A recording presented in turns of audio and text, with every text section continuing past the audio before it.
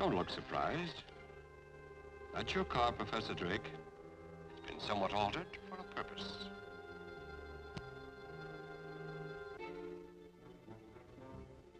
That won't help. Each door is automatically locked. Relax, Professor. I'll do the driving.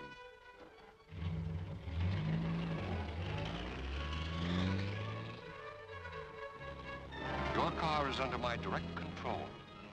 You can't see me, but I can see you from my remote point.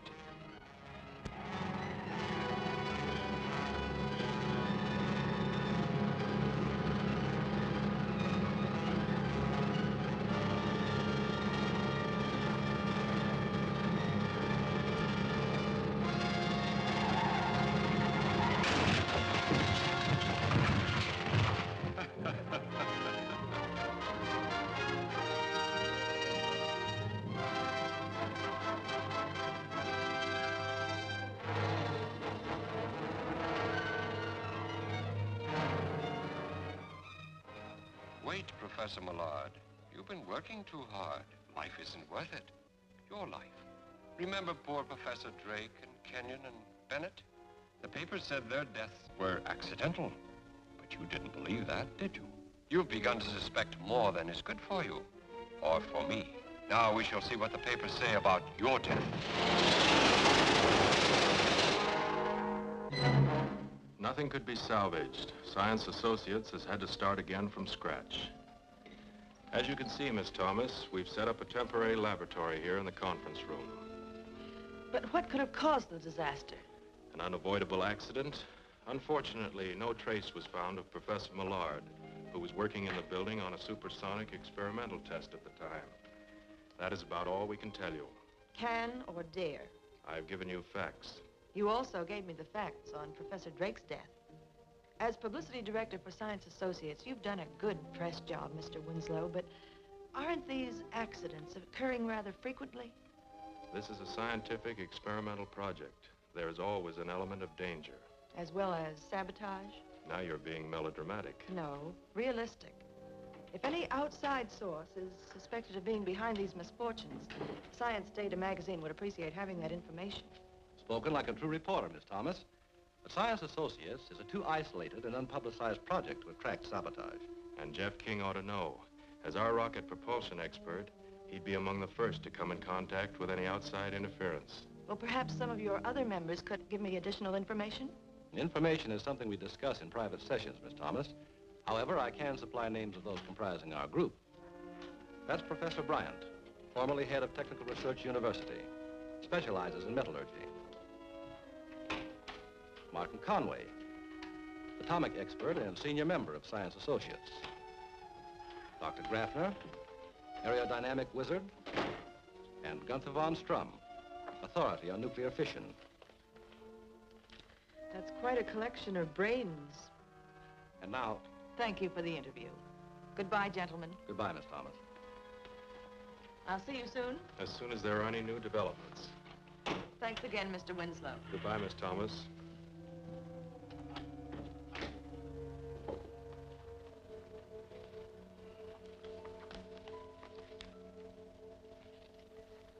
The meeting is called to order, gentlemen. As you know, we must select someone to continue the late Professor Millard's experiments. Why? In my opinion, Millard had become a visionary with fantastic ideas.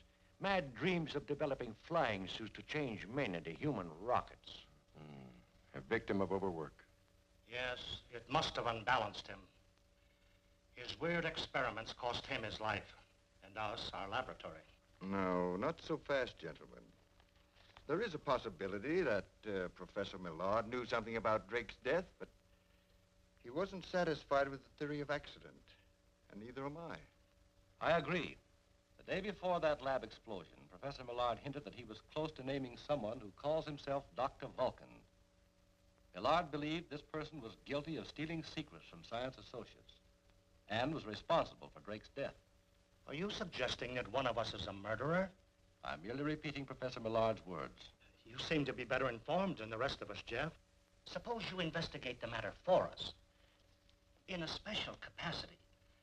in order to protect our persons and our interests. Agreed, gentlemen? Yes. The new controlled rocket we'll soon be testing. It's part of our interest. Safeguarding that can be Jeff's first job.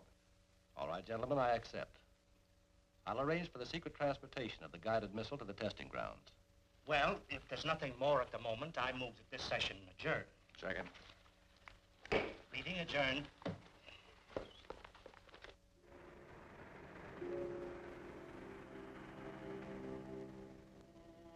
This waiting around gets me jumpy. I'm going out and get some fresh air. You'll stay put until we get our orders. Acting a little scared of somebody we've never seen, aren't you, Durkin? I'm not scared. I just aim to please. Yeah, aiming to please a voice. A voice behind a door, over a radio, or on the telephone. I'd like to see who I'm dealing with. Maybe I have seen him. Right now, the important thing is to grab that pot of gold at the end of this rainbow. Wonder what Dr. Vulcan's angle really is. Those scientists out on the desert are working on newfangled flying missiles, trick jet planes. Certain foreign governments might pay plenty for that kind of stuff. If Dr. Vulcan can get his hands on it. Maybe that's why he's got us working for him.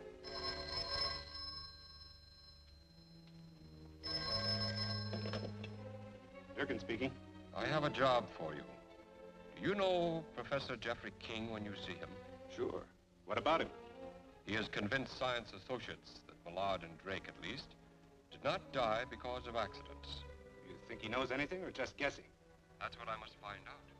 If he has any evidence against us, it's probably hidden in the conference room. Tonight, I want you to go there and search.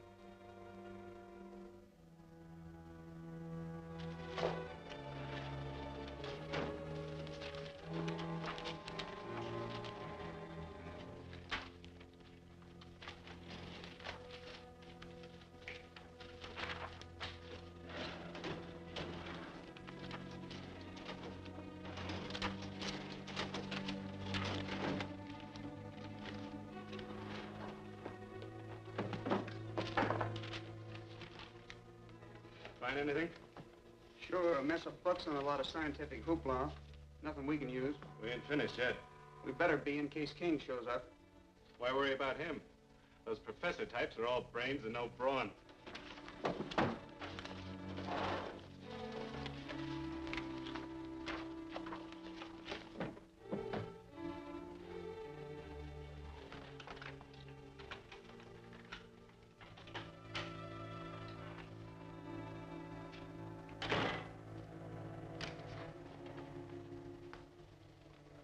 What are you doing here? Just browsing. Whatever you're browsing for, you apparently didn't find. Who sent you here? That's our business. Well, I'm making it my business.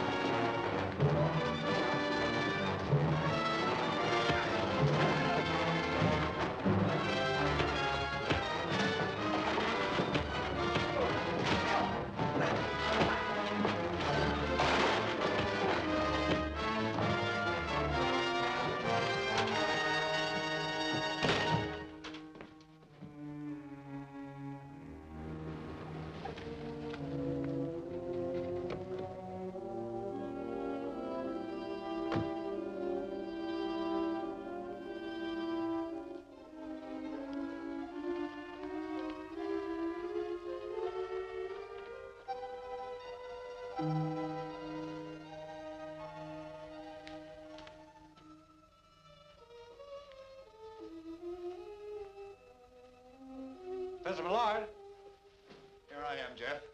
what's the idea? Well, I heard someone coming, and I can't risk being discovered by uninvited guests. Oh, I see.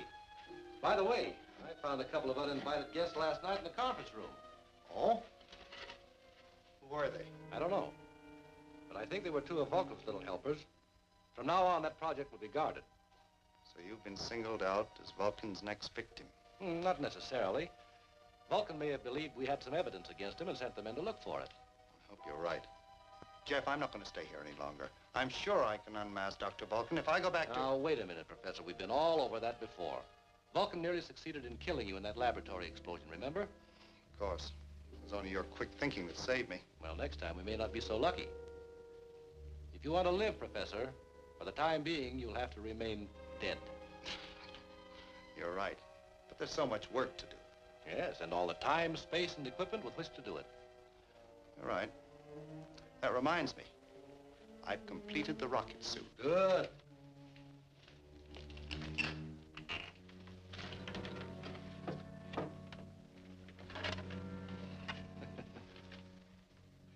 Well, what's so amusing? I was thinking how astonished Professor Graffner will be when he sees this. You know, he was convinced you were insane to try to build an atomic-powered rocket suit. And I guess he thought I was even crazier for helping you. Well, here it is. I hope it works. We'll soon know. I'll take it with me and test it for you. Well, stay close to the ground for the first few flights. There still may be a few adjustments to be made. Right. By the way, the professor's elected me to move the new rocket to the proving grounds for testing. Oh, well, be careful, Jeff. That's the kind of thing that Dr. Vulcan could sell to a foreign nation for a fortune. Yes, if personal gain is the motive behind Vulcan. But we're not sure of that. In any event, I've had the demonstration model loaded aboard an unmarked truck. It's being kept under armed guard in a small warehouse in town. I feel sure Dr. Vulcan has no idea where it is. I hope you're right. I'll let you know about the tests.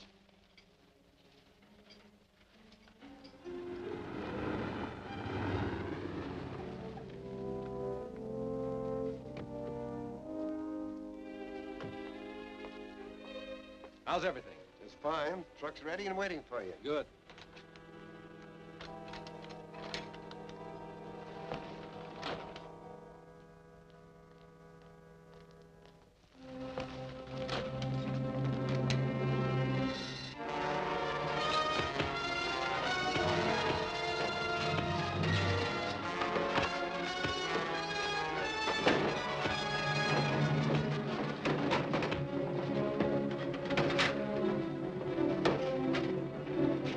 We'll take care of him. Get that truck.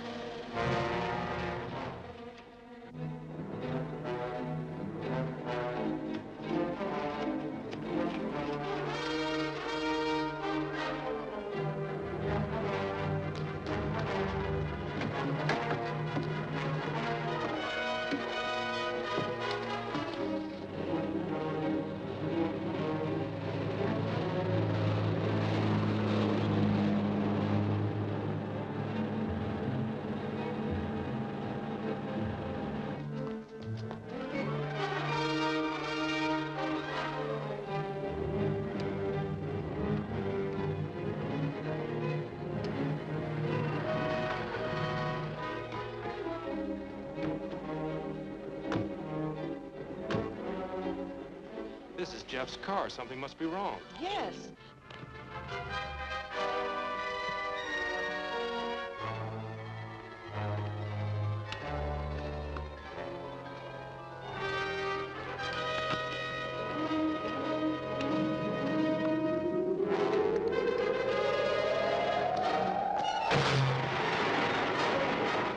What's that?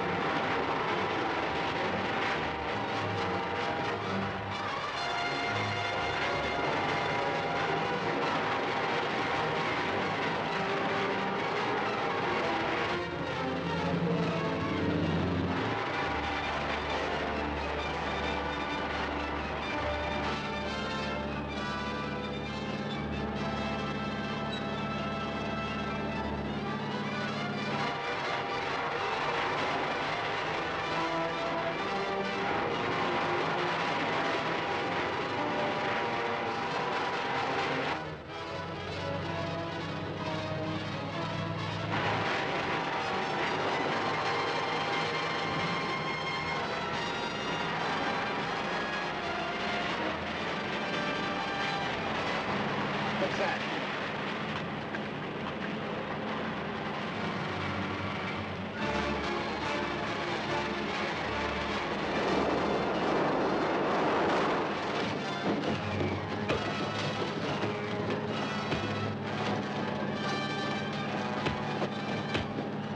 Hey, what's going on back there?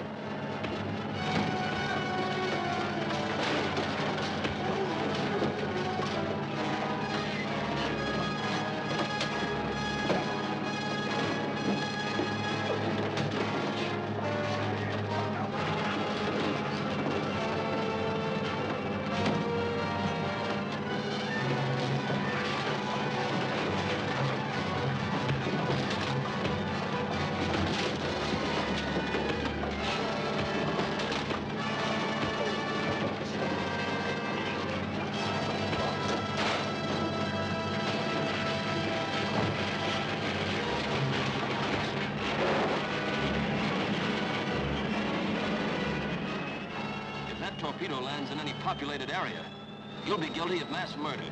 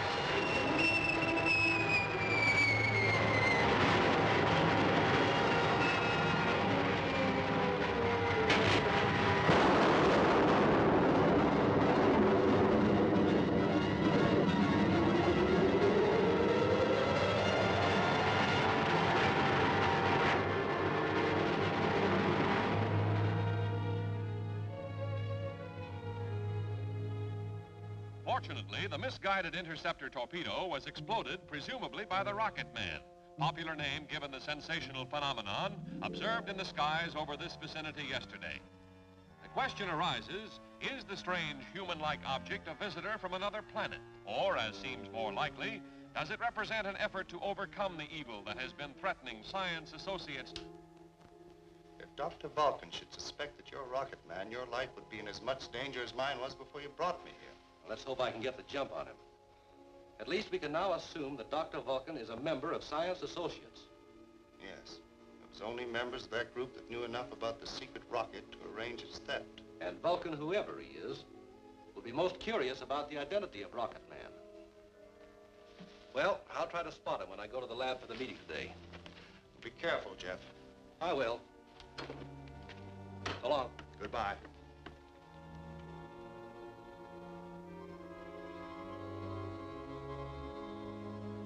Bert Winslow described the sound of flight as resembling that of Millard's experiments in sonic propulsion. Yes, but no trace of Millard or his experiments were found after the explosion in the laboratory. And you, King, were the only one of us who believed Professor Millard's theories of sonic propulsion practical. Are you intimating that I might be the mysterious Rocket Man, gentlemen?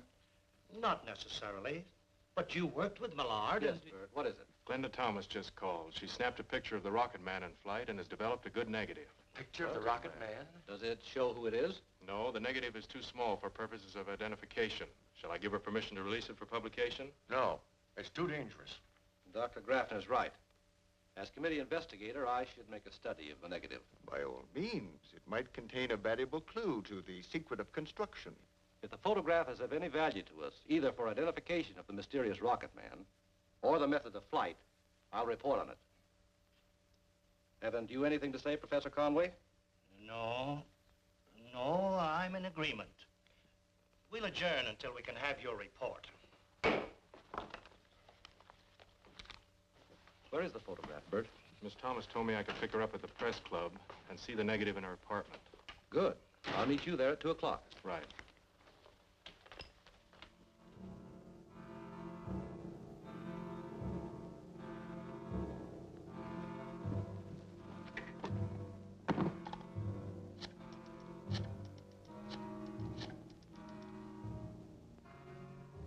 Durkin, I think we may be able to stop Rocket Man from any further interference with our plans. There's a picture of him in flight. Glenda Thomas. Apartment 15. Piedmont Arms. Right. I'll find that negative before Jeff King gets there.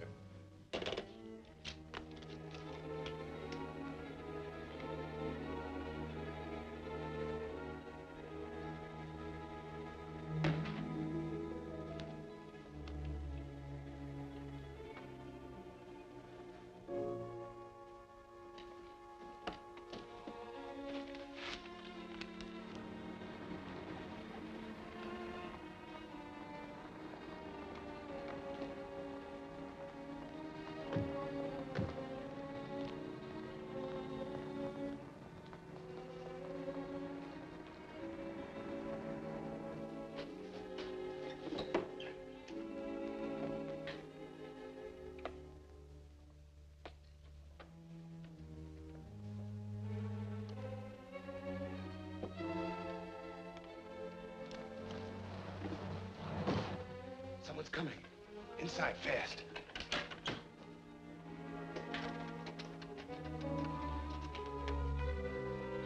Come on in. Make yourself at home. Thank you. Actually, I doubt if the negative will be of any help to Science Associates. Maybe you're right, but Jeff will know. He should be here any minute.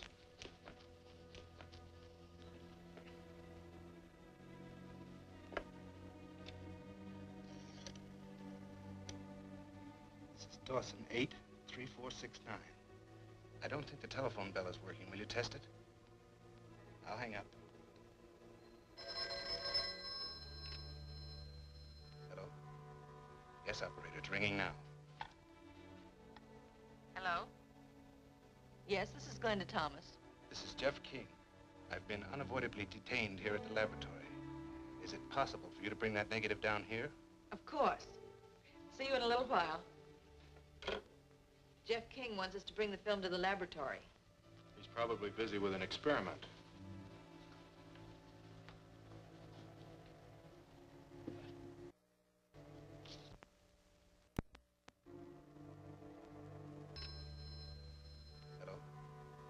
Yes, operator, it's ringing now. Hello? Yes, this is Glenda Thomas. This is Jeff King. I've been unavoidably detained here at the laboratory. Is it possible for you to bring that negative down here? Of course. See you in a little while. Jeff King wants us to bring the film to the laboratory. He's probably busy with an experiment.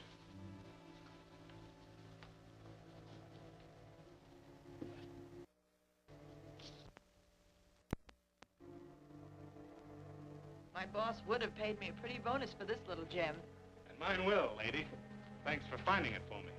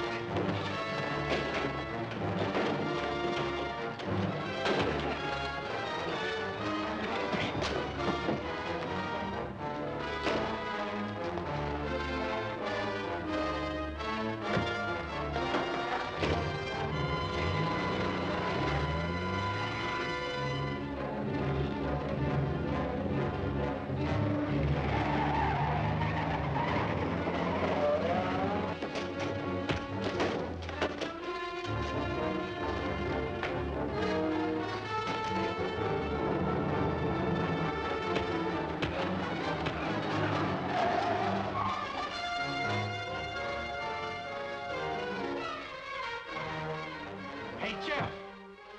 A gunman got away with that film. Glenda's trailing him. They must have headed for the Ridge Road.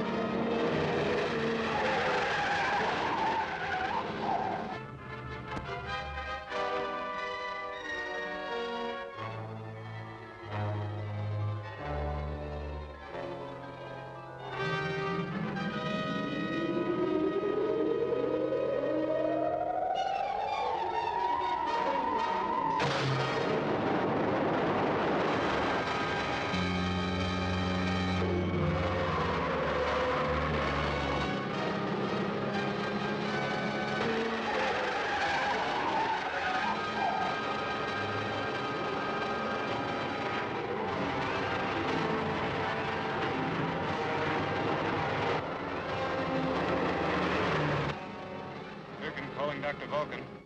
Durkin calling Dr. Vulcan. Vulcan speaking. Did you get the film? Yes, shall I bring it to you now? Where are you? On the ridge route approaching Coldwater Junction. Stand by. See if you're in the clear. Right.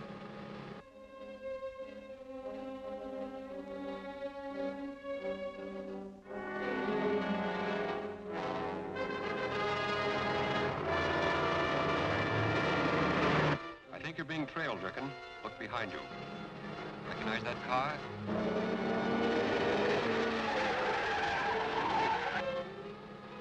Looks like a car that was parked in front of the Danes' apartment house. All right, I'll handle it by remote control. Come on in. Right. Switching off.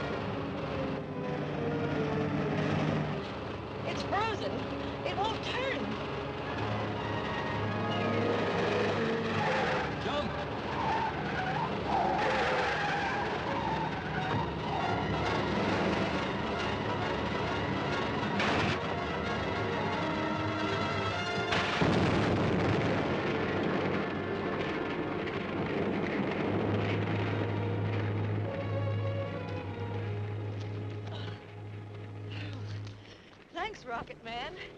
You know, at first I thought you were an invader from some other planet, but it's plain to see you're human and you've made a great scientific discovery. I'd like to write an article about you for my magazine. I'm sorry, that's impossible.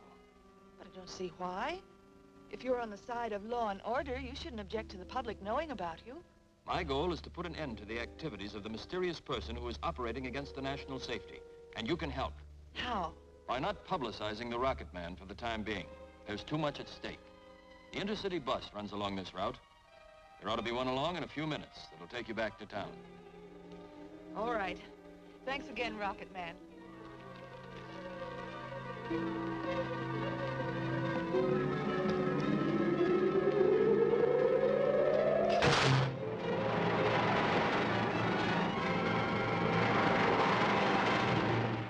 So even though Glenn had tried to help, Vulcan's men got away with the negative of her snapshot. But even if they enlarge the negative, they can't identify you as Rocket Man. After all, your face is covered. I know that. But the rocket suit will be identified as the one you were perfecting before the lab explosion.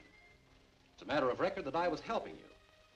The natural assumption will be that either you're still alive and the mysterious Rocket Man, or I am. In that case, I'd be forced to leave Science Associates and go into hiding just as you're doing. Well, that hasn't hurt my work. It would be a pleasure to have you join me. I'd like to do that. But we must remember that as long as I can maintain my position with the group, there's a chance of finding out who Dr. Vulcan is. You're right. What good is any of our research as long as this sabotage continues? Vital secrets are stolen, and the lives of our colleagues endangered. Your identity as the Rocket Man must not be disclosed. So you can see how important it is to keep Vulcan's men from enlarging that negative. Have you considered any possible ways you can do that? Yes. The key lies in duplicating the negative on a fine-grained film. And for the type of enlargement they'll need, only Micro 247 can be used. I don't see how that helps you any. Micro 247 is made only by microphotochemists. I'll get them to stop all sales. Good. But isn't there a supply kept in Science Associate Lab? And if you suspect anyone... Yes, we use it from time to time in experiments. And that's exactly my point. Yeah. All right, then. Thanks. No soap, Durkin. I've tried every photo studio in town that could possibly handle that sort of film. And it's scarcer than bathing suits at the North Pole. There's no other outfit besides Microchemist that makes it? Well, not out here. I could get some back east, though. This can't wait.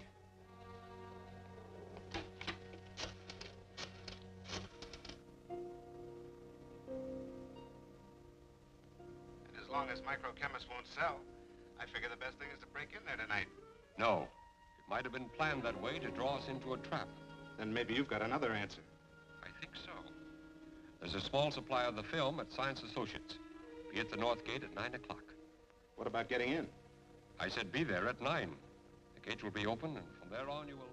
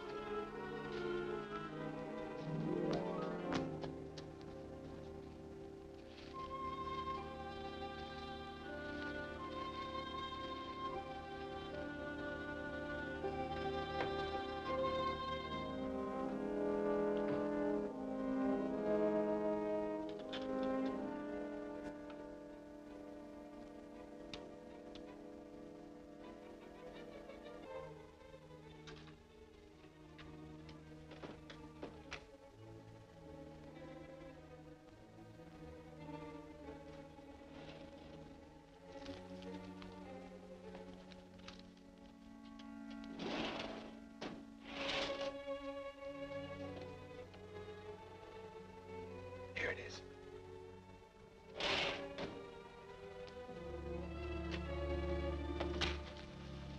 Don't move.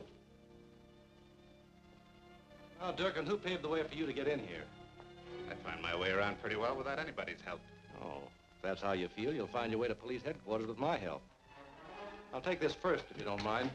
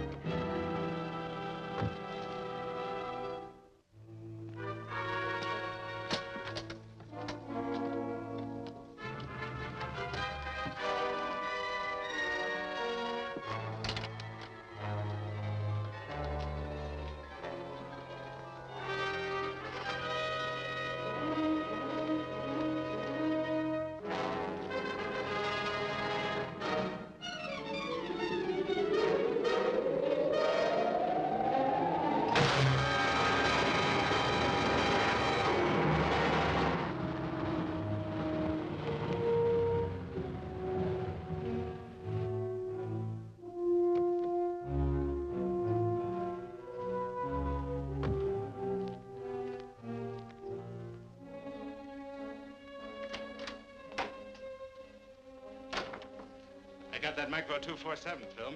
Good, now we can go to work. What do you keep it so hot for in here? Let's open a window. Cut it out. I gotta keep a high temperature control. Oh, stop dramatizing. This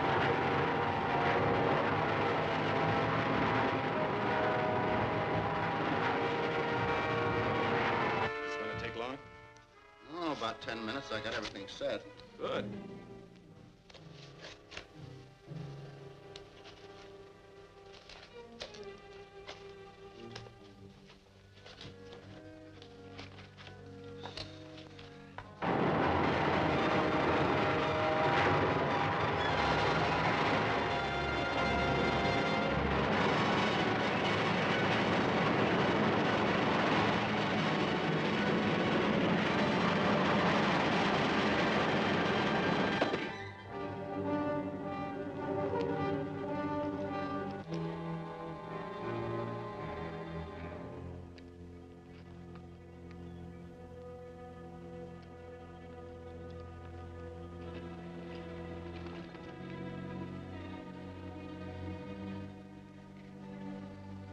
I'm going outside to cool off.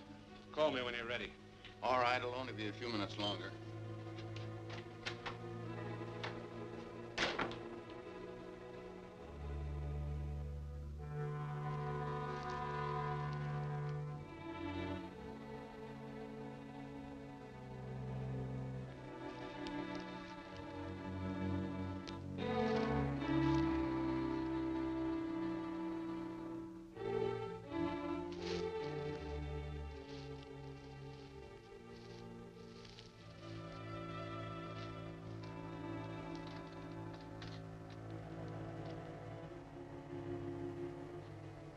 Okay, King.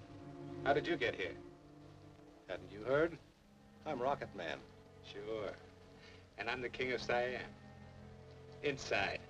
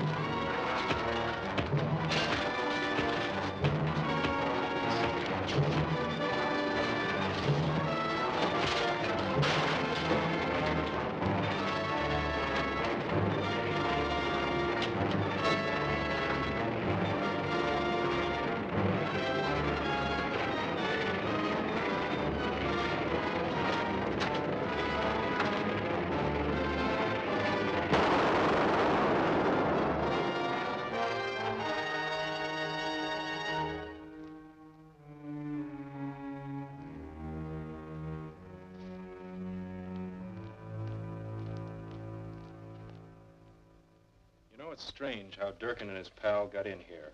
I've checked the doors and the windows, and there's no signs of tampering. Somebody inside conveniently set the stage for them. They opened that door with a key. If Professor Millard was alive, he'd have said that.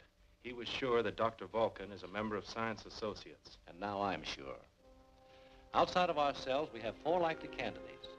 Professors Bryant, Conway, Graffner, or von Strum. Determine who among them arranged for Durkin's visit, and I think we'll have found Dr. Vulcan. That's a large order, Jeff. I wonder. Something happened here this evening that may tell us who Vulcan really is. As you know, I was sure Vulcan's men would try to get our supply of microfilm. When I knew they were inside, I slipped up on them. Don't move. Now, Durkin, who paved the way for you to get in here? I find my way around pretty well without anybody's help. Oh. If that's how you feel, you'll find your way into police headquarters with my help.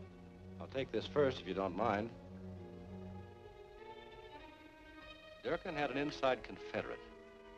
A confederate who wore a distinctive signet ring. A ring I can't possibly fail to recognize if I ever see it again. Well, your chance may come at tomorrow's general meeting. It may at that. Let's go.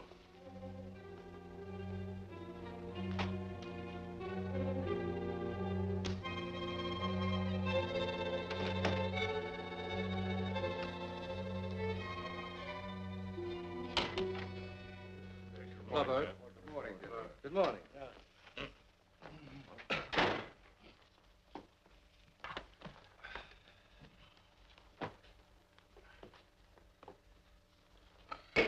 Gentlemen, Jeff King has a request to make. Thank you. As you know, a theft occurred here last night, which appears to have been an inside job.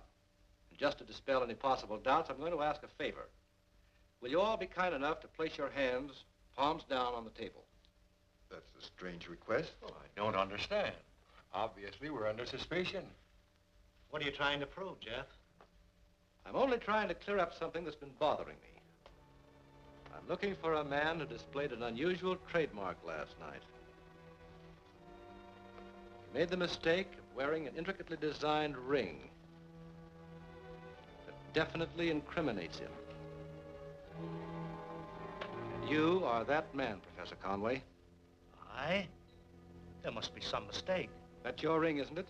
Yes, but... But you wore it last night when you conveniently turned the lights out in his room, didn't you? Are you trying to insinuate that There's no use denying it. I'd recognize that ring any place. Perhaps you'd recognize this. I was warned about you, King. You've got to blame somebody for what happened around here. But you're not going to make me your scapegoat. Put that gun away. Don't move. Any of you.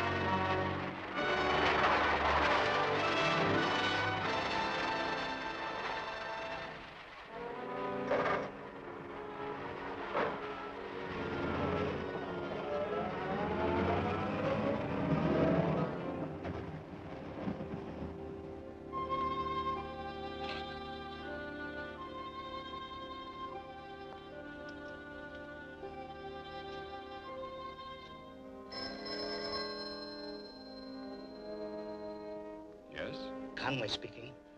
I had to call you at that special number you gave me. You saw what happened at the conference meeting. Certainly.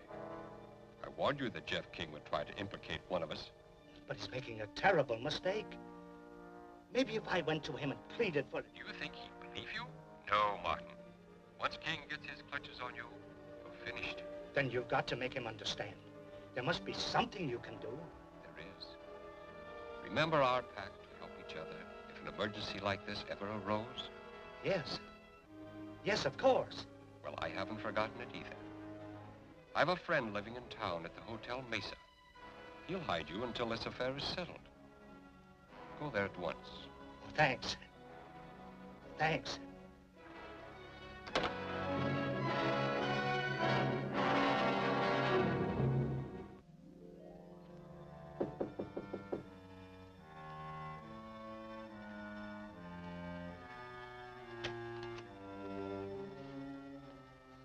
I'm Professor Conway. Won't you come in? Thank you.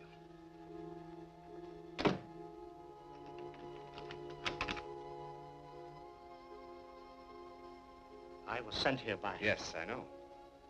I've been through a terrible ordeal. So I've heard. Won't you sit down? Thank you. Up there. At the desk.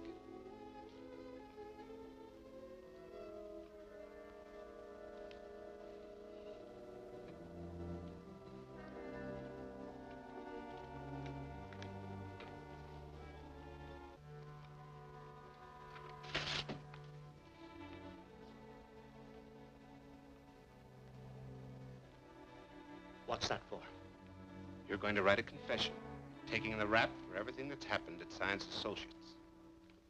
I am? Oh, there must be some mistake. I thought you were a friend of... Sure. That's why you're here. Now get busy on that confession. You must be mad. I can't do that. Does this change your mind? Start writing. I'll tell you what to say.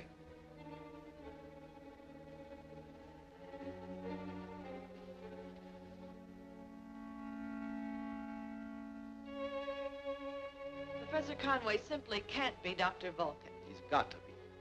Once I get a police report on his whereabouts, I'll prove it. Hey, Jeff. The police just located Conway's car parked in an alley alongside the Hotel Mesa. Maybe it was just abandoned there. I don't think so. A plainclothesman checked on every resident. A man answering Durkin's description occupies a top-floor room. There's your proof.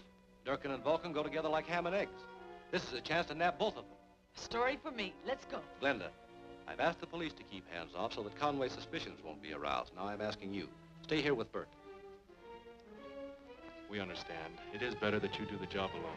Thanks.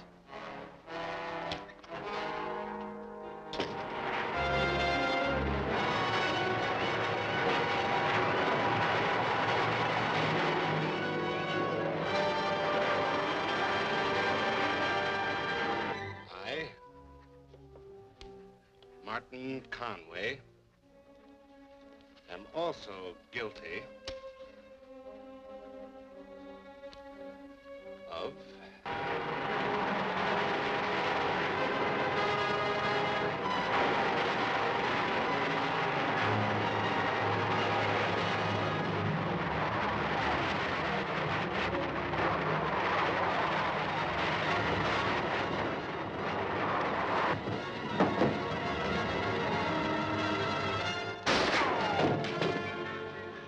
Am I glad you're here?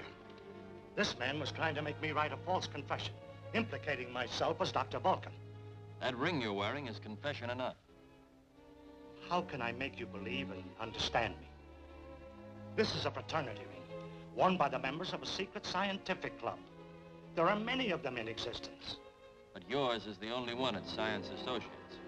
No. No, there's one other member of the Associates that wears an identical ring. Who is that man? Quiet.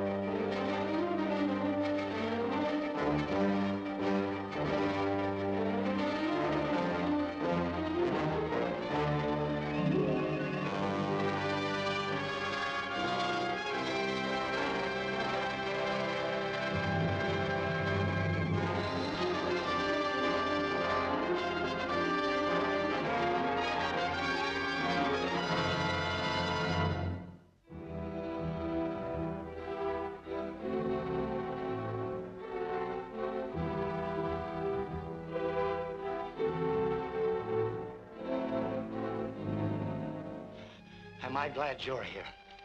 This man was trying to make me write a false confession, implicating myself as Dr. Vulcan. That ring you're wearing is confession enough. How can I make you believe and understand me? This is a fraternity ring, worn by the members of a secret scientific club. There are many of them in existence. But yours is the only one at Science Associates. No, there's one other member of the Associates that wears an identical ring. Who is that man? Why, it's...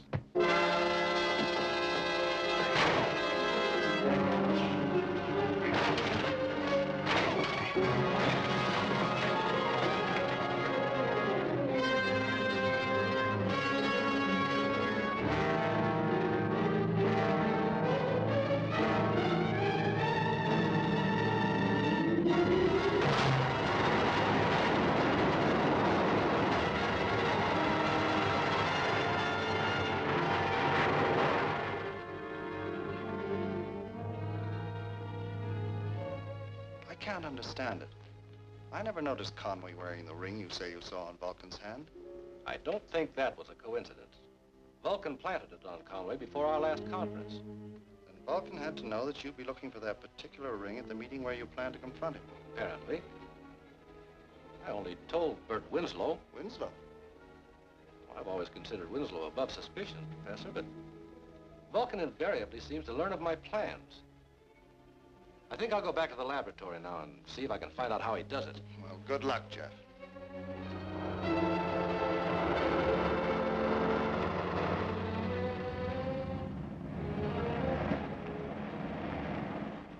A half-finished confession of guilt for all the crimes against Science Associates was found in the dead man's room. Police, therefore, are convinced that Professor Conway was a murderer and saboteur in the pay of an unfriendly power. That doesn't make sense, Bert. Even an absent-minded professor would finish his suicide note before killing himself. You think someone else did it? Yes.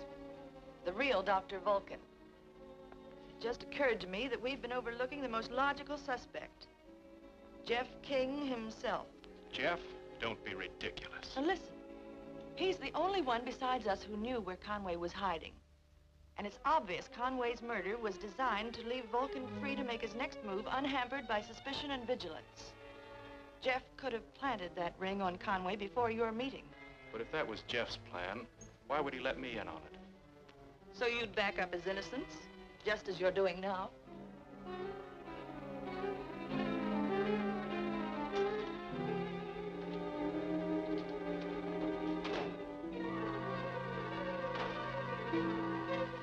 If you want me to prove to you that Jeff King is not Dr. Vulcan, we'll go down to that lab right now and start an investigation. All right.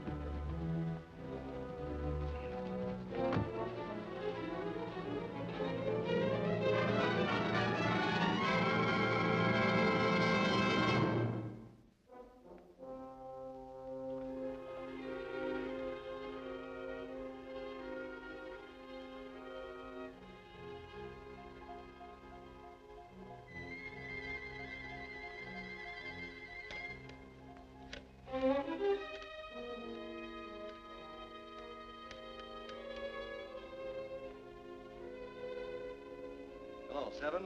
This is Jeff King. I've decided to accept your proposition.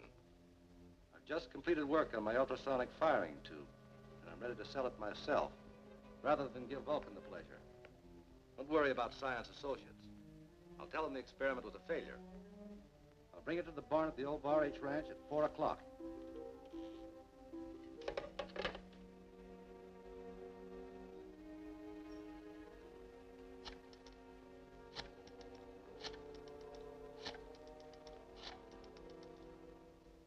Hello, Durkin.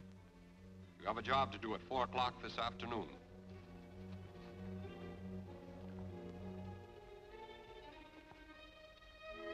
Jeff isn't Dr. Vulcan himself. He's working for him. Looks like that's all the proof we'll need. All but nabbing him in the act of selling that firing tube. I'm going to be waiting for them at the barn. I want to go, too. All right, but you can't go dressed like that. You drive over to the garage, and we'll try and pick up some rougher clothes.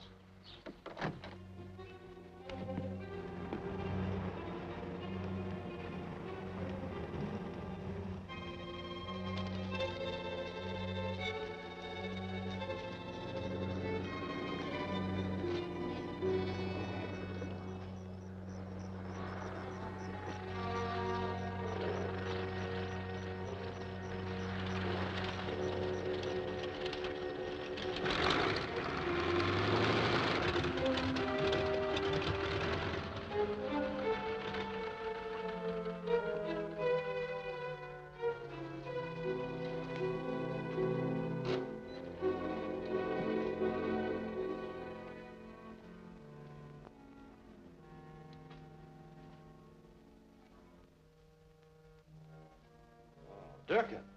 That's right, surprised? I'm not surprised at anything Dr. Vulcan does. Okay. Then hand over the firing tube. Not so fast, Jeff King.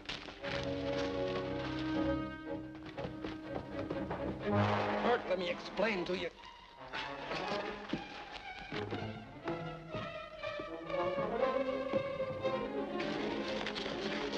Bert, wait a minute. Listen to me. Listen to me. I did, you traitor. I heard you talking over the telephone in the conference room. But that was for the benefit of a hidden microphone. That package I gave Durkin contained it. I know what was in that package.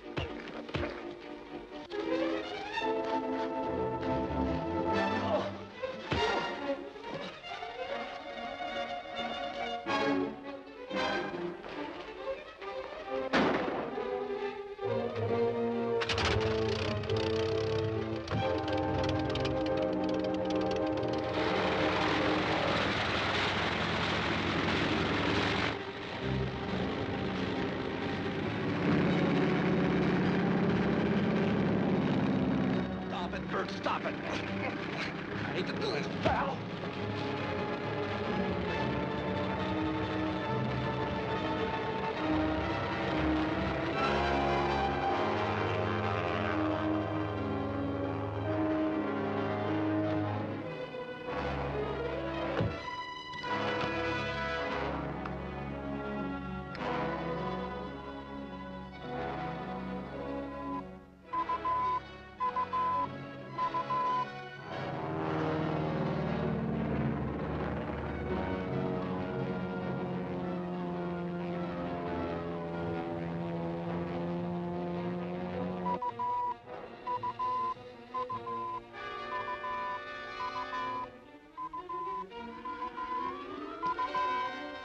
Now listen to me, Bert. Durkin may be leading us to Vulcan's headquarters. There's a direction finder in that package he took with him. What? That's right. But Durkin also took Glenda with him. Glenda? Yes, we thought there was a secret firing tube in that package. She was trying to get it away from Durkin. I saw her get into the plane. Durkin, calling Dr. Vulcan. Durkin, calling Dr. Vulcan. This is Dr. Vulcan.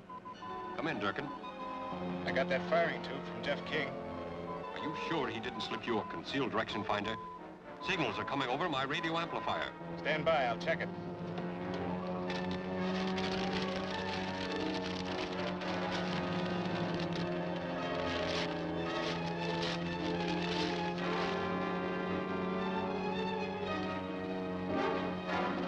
You're right, it was a plant.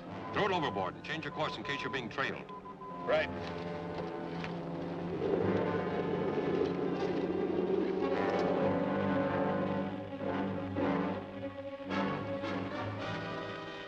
What's the matter? Either this detective's gone haywire, or Durkin's discovered the direction finder and ditched it. Then how are we going to know where he's taking Glenda? You'd better get to the nearest telephone and call the police aeronautics division. Tell them I'll contact their planes by radio if I can relocate Durkin on this. Right. You're next, sister.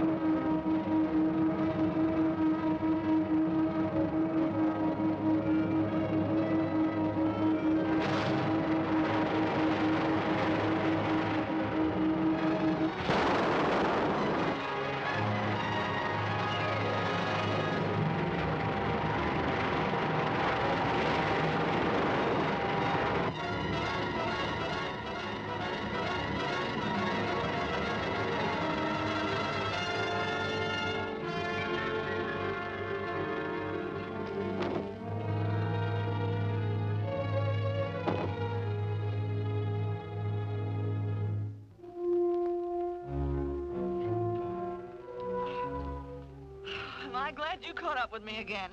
It's getting to be a habit that I'd like to break. Well, I was only trying to help. The best thing you can do is help yourself to a ride back to town. The highway's right over there.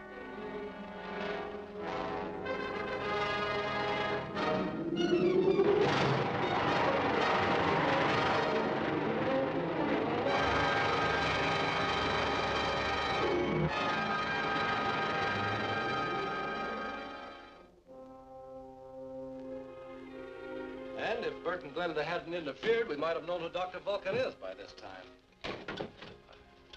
Jeff, do you really believe that Bert's interference was accidental?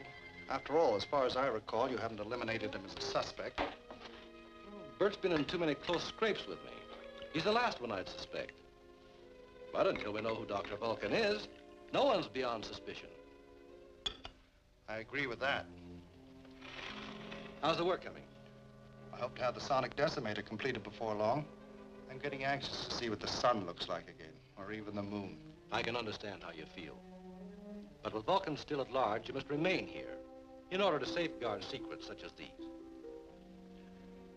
You're absolutely right, Jeff. I must remember the importance of our work. Thank you, Professor. Well, I'll see you shortly. And I hope with better news about our enemy, Dr. Vulcan.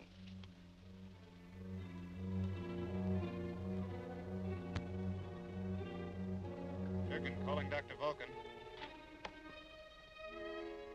Go ahead, Durkin. I just got back here, but I'd like to take care of that King character right now. That might be a wise move. From what happened this afternoon, I believe that King and the Rocket Man are one and the same. Then we can kill two birds with one stone. We might even make it three. How do you figure that? If we put King in a spot where there's trouble and Rocket Man doesn't show up, then we know that King is the Rocket Man. Yeah, sure, but what's the other gimmick? There's a new device just completed by Eastern Electronics, which will have to be transported to the lab. At the conference tomorrow, I'll see to it that King is the one. That hidden microphone must have been put there by a Confederate. Someone who had free access to these rooms. Well, in any event, you've put him out of business by cutting his line of communication. I believe Vulcan has too many sources of information to be stopped that easily. No, our only protection against him still lies in the maintenance of strictest security. Well, in that case, we have an immediate problem to discuss. Go right ahead, Professor. Well, gentlemen, as you all know, I've just completed assembling the sonotron at Eastern Electronics. It should be brought here immediately for testing. Well, that's no great problem. You forget the tremendous value of the sonotron to any foreign power. Well, why not leave it to King? Ever since we've appointed him our director of security, he's been quite successful in warding off this unseen enemy. Well, gentlemen, the choice is yours. Well, I say King. Agreed. Thank you. I'll begin making my arrangements immediately. Bert, I want you to go along. Good. What are the arrangements? Well, I'm not sure yet. But suppose you meet me outside my apartment at 4 o'clock. Sure thing.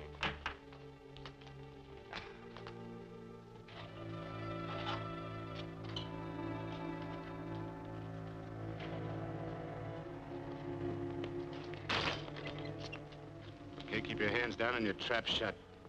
Get in your car.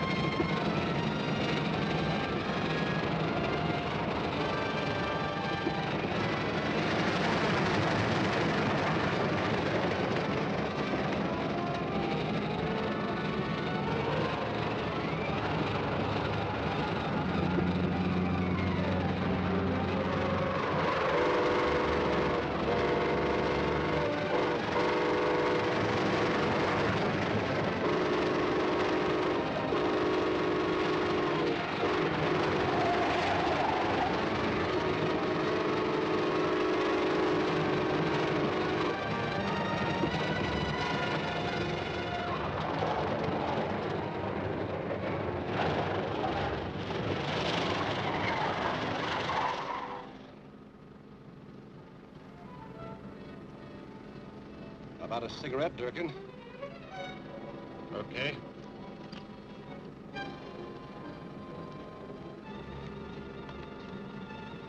Here's a light.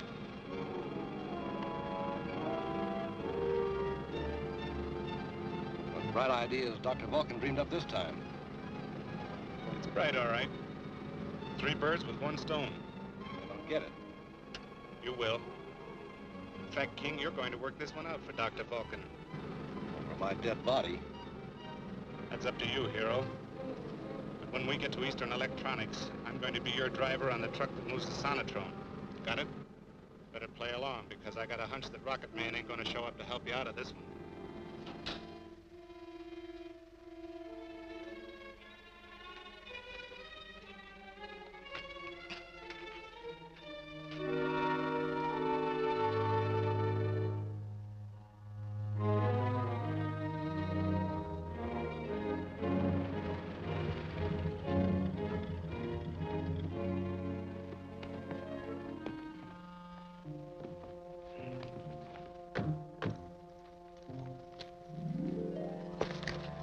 Stay out here just in case.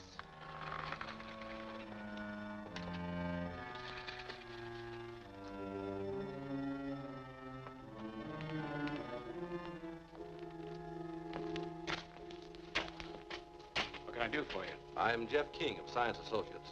Can I see your credentials? Yeah, sure.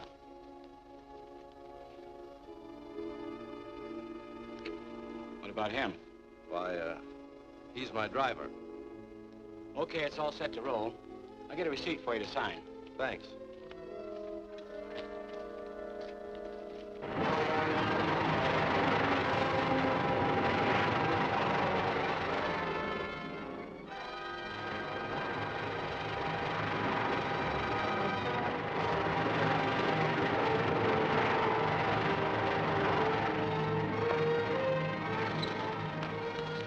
Hey, Durkin! It's Rocket Man. He's headed this way.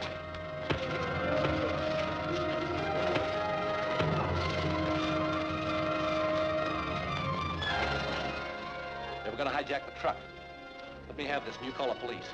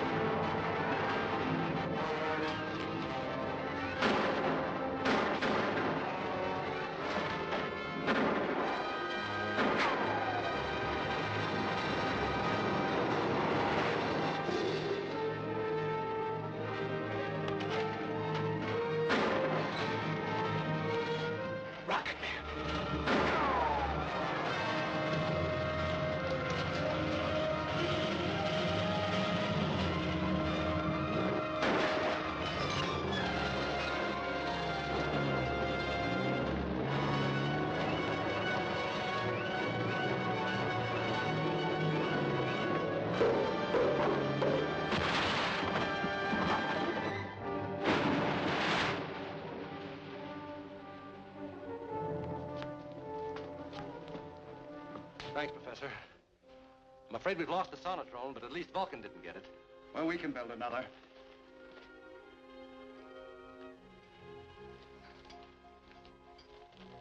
I guess Durkin is still puzzling out who Rocket Man can be. We're dealing with a more cunning brain than Durkin's, Professor Millard. It's that cunning brain that's forcing me to hide out in this cave.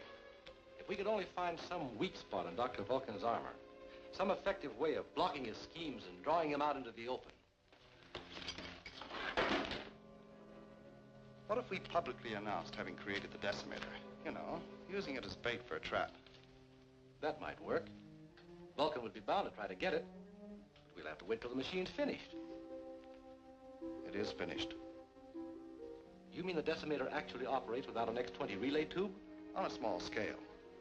First, I thought the thromium waves would escape through the condenser. Actually, I discovered they could be transmitted at reduced strength through a coil resistor. With what results? What's this?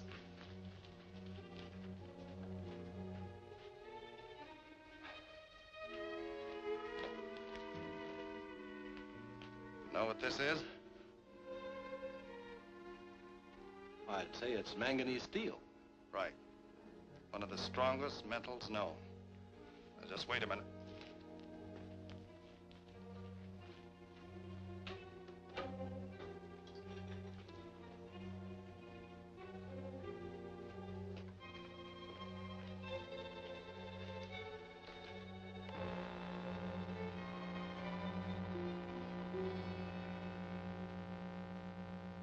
What's that steel bar?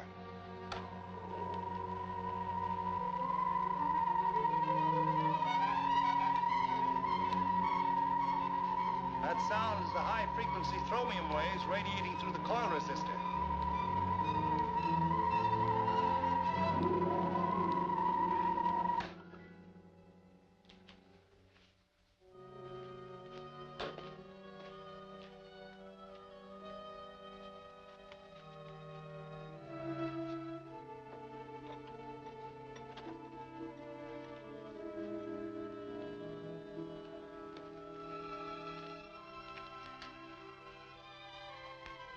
Well, here's what's happened to your manganese steel, Jeff.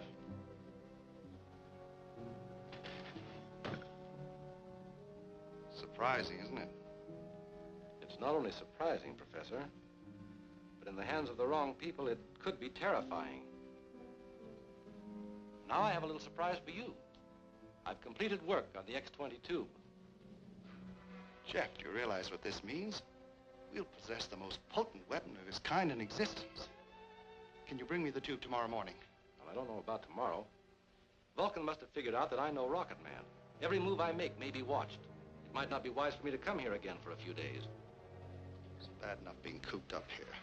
To have to stay underground like a mole unable to work, Jeff, I understand, Professor. Well, I guess the time has come to take Bert and Glenda into our confidence.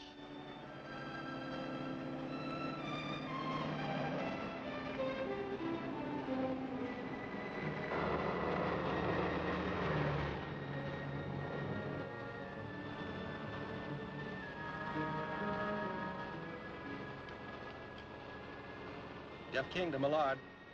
Come in, Professor Millard. This is Millard. I'm being followed just as we figured might happen. I'm leading whoever it is out into the backcountry on a nice, long, wild goose chase. What about Bert and Glenda? They're on their way to the cave in Bert's car. They have the relay tube with them.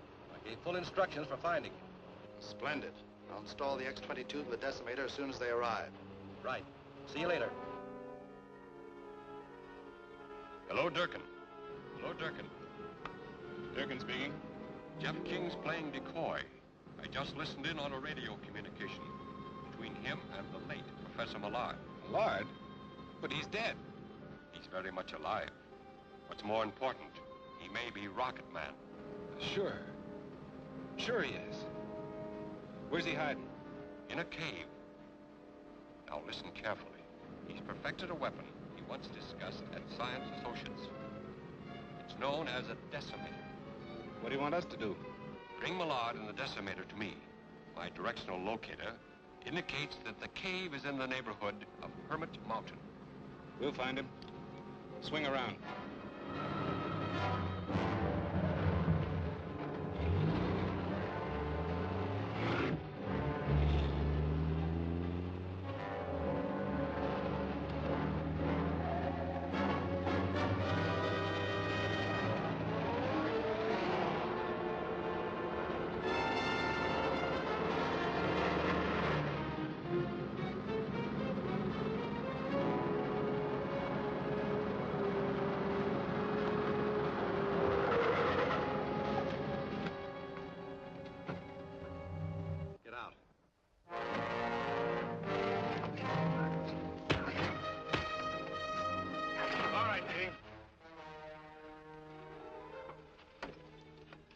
hold him here.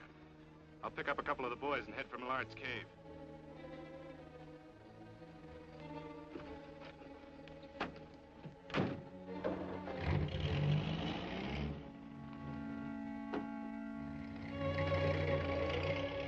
I can hardly realize you're actually alive, Professor Millard.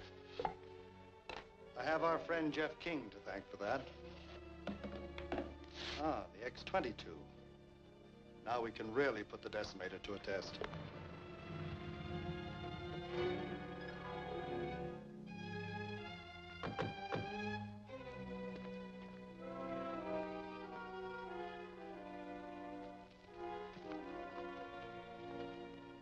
Might be a long wait, pal.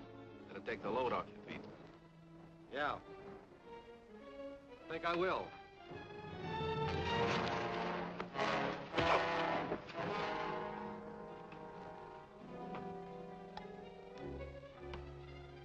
There. With the addition of the X-22, I believe this is one of the most deadly machines ever devised.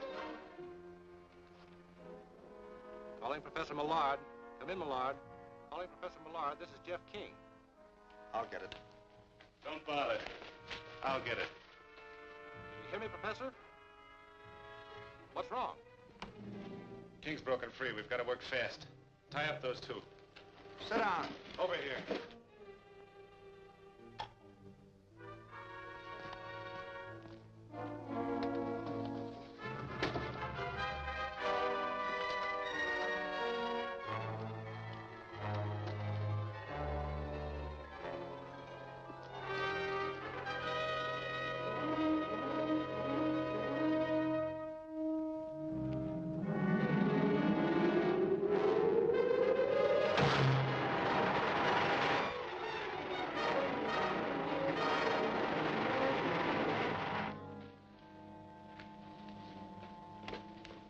You're coming with us to visit Dr. Vulcan.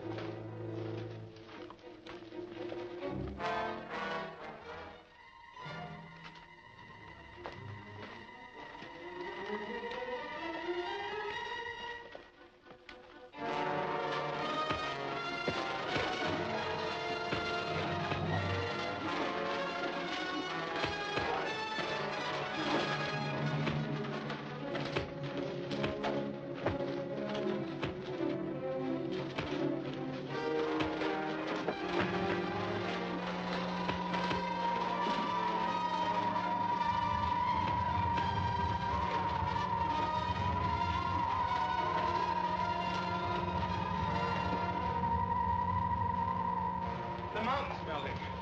Through there, there must be an air shaft.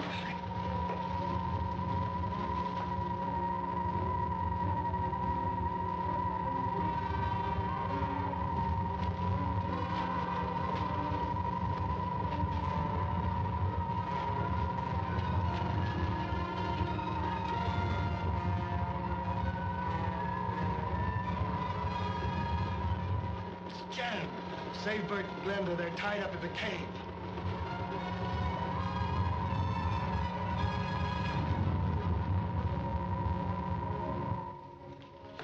Rocket Man, where's Professor Millard? He's all right, but the tunnel is filling with lava. Hurry, Rocket Man.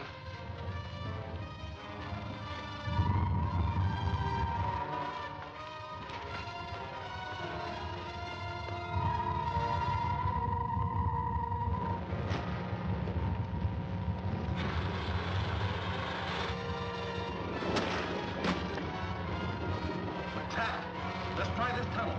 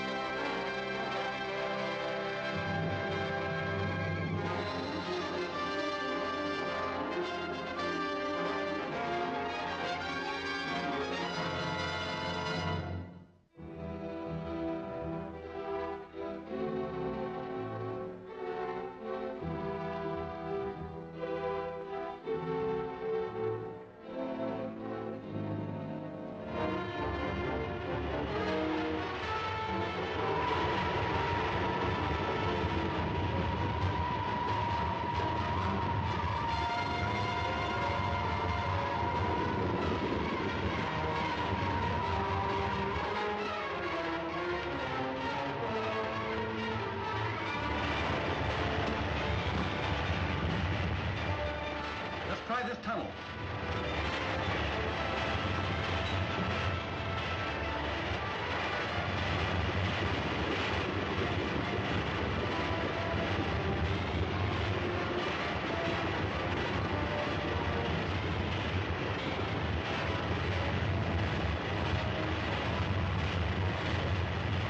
Look, through this air shaft, quickly. It'll lead us outside.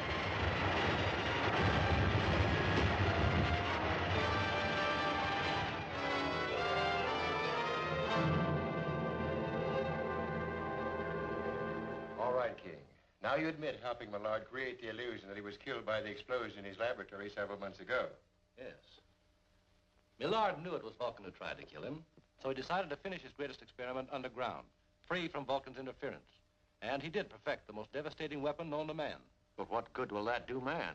The decimator was destroyed. That's true. But I worked with Millard on the decimator, and I may be able to reconstruct it with the help of our research notes.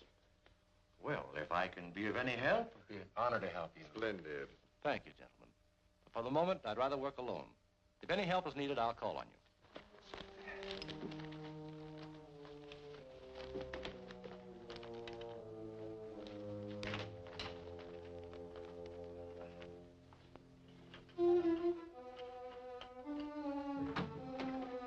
You're not going to leave these things in here overnight, are you? They'll be as safe here as any other place, Bert. This is one of the most heavily guarded buildings in the entire Southwest.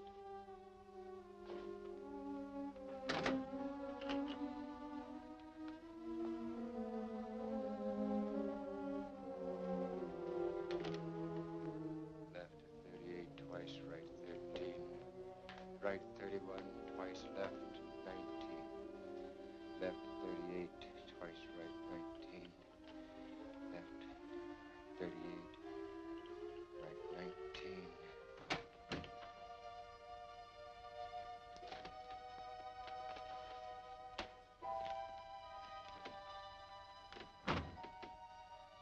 RFD 48 Ming Shoals.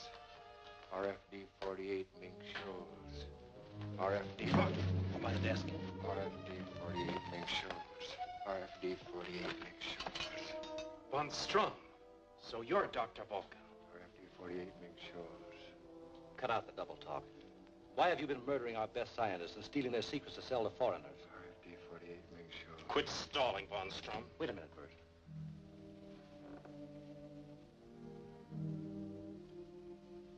I believe this man's under the influence of an hypnotic sedative. Then maybe he isn't Dr. Vulcan. I don't think so. But let's hope he knows who Vulcan is. I'll mix an antidote. We'll find out how much he remembers. You better stand by. Right.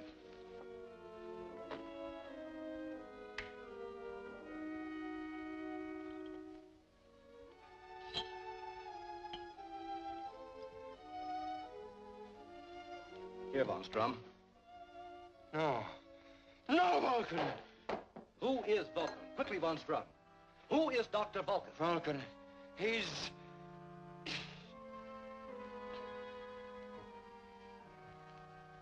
What? Jeff. How did I get back here? Back from where? I don't know. I can't remember. We went to Gramercy's for lunch, all of us, after the meeting. And I don't understand. I was sitting there with a cup of tea and... But that was hours ago. Can't you recall anything since? Hours ago? When you came in here, you were repeating the combination to the safe. But as you were leaving, you kept saying RFD 48. What does that mean? What does it mean? I don't know. I think I do. Vulcan induced Von Strum's hypnosis. Gave him orders to steal Professor Millard's papers and deliver them to the address on Mink Shoals. Do you know where that is? Yes, a few miles south of here. And I'll find out exactly where RFD 48 is in the morning when the post office opens. I'm going to deliver these papers to Vulcan. Well, what about Von Strum? I think Glenda will let us hide him in her apartment, where he'll be safe from Vulcan, and where you can keep trying to revive his memory. A good idea. Come on, Professor.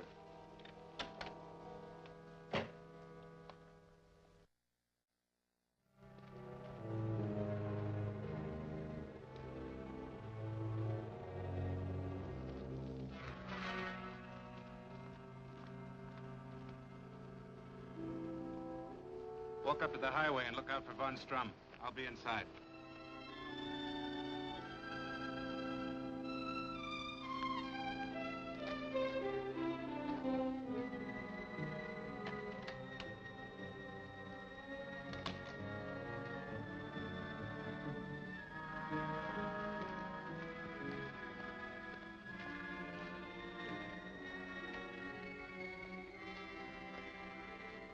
Professor Von Strum?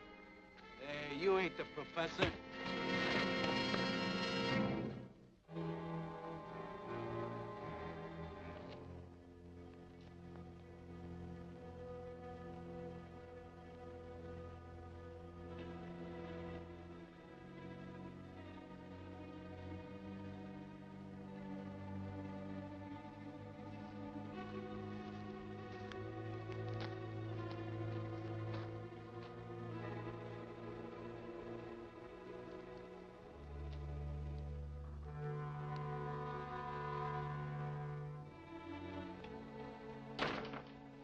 Any sign of the professor?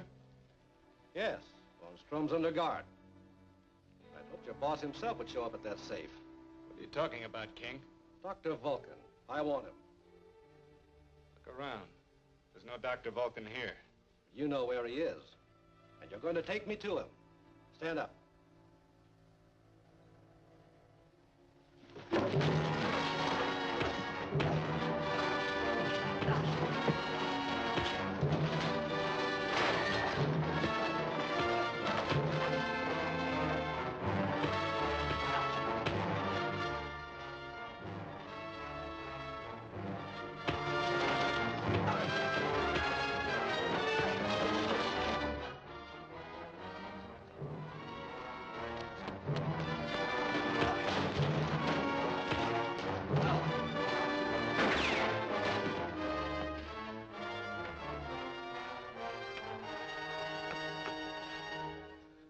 King. I'll take you to Vulcan. All right. Outside. And take it easy.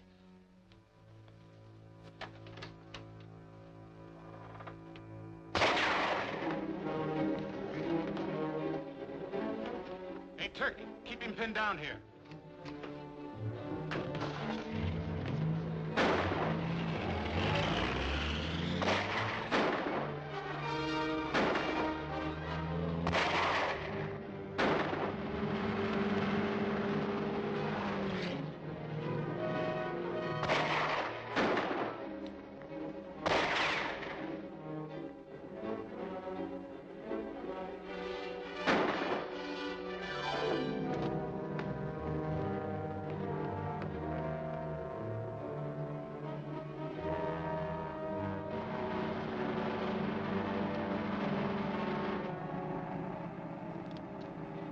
Durkin calling Dr. Vulcan. Durkin calling Dr. Vulcan. This is Dr. Vulcan. Come in, Durkin. Your plan backfired. Jeff King showed up instead of Von Strum. He's holding Von Strum someplace. I know. I just traced Von Strum to the apartment of Glenda Thomas. We must get rid of him before he recalls what happened to him while he was with us. 2 of my men are on their way now to prevent that. Do you know where Glenda Thomas lives? Yes. I'll be there in time to take over. Switching off.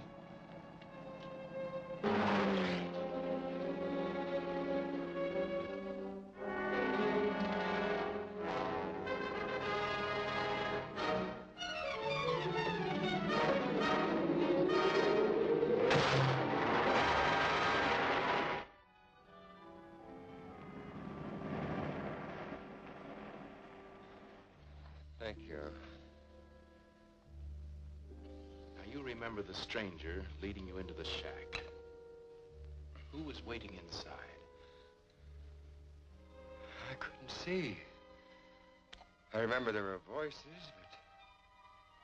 but it's no use, Winslow. I'm tired. I just can't remember.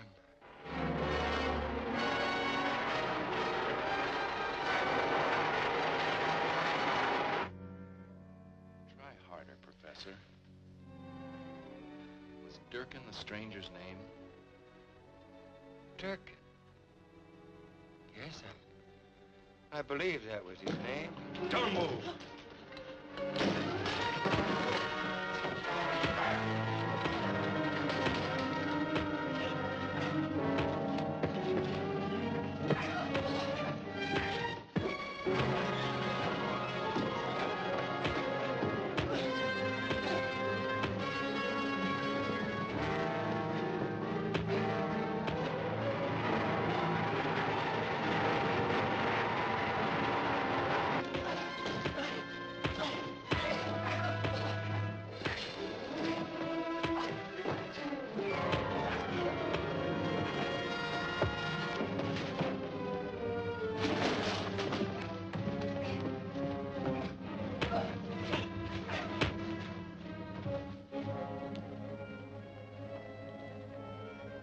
You just prolonged the agony, sister.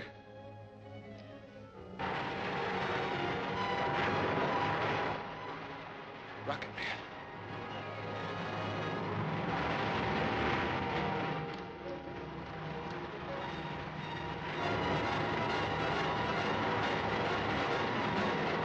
Here he comes. Let him have it.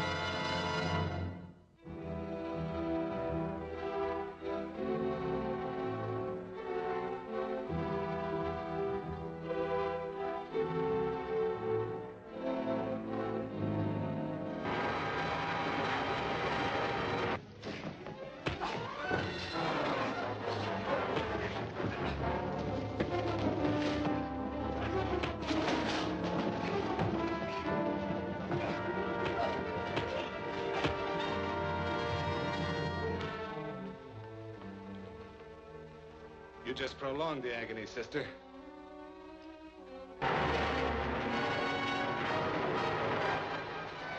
Rocket Man.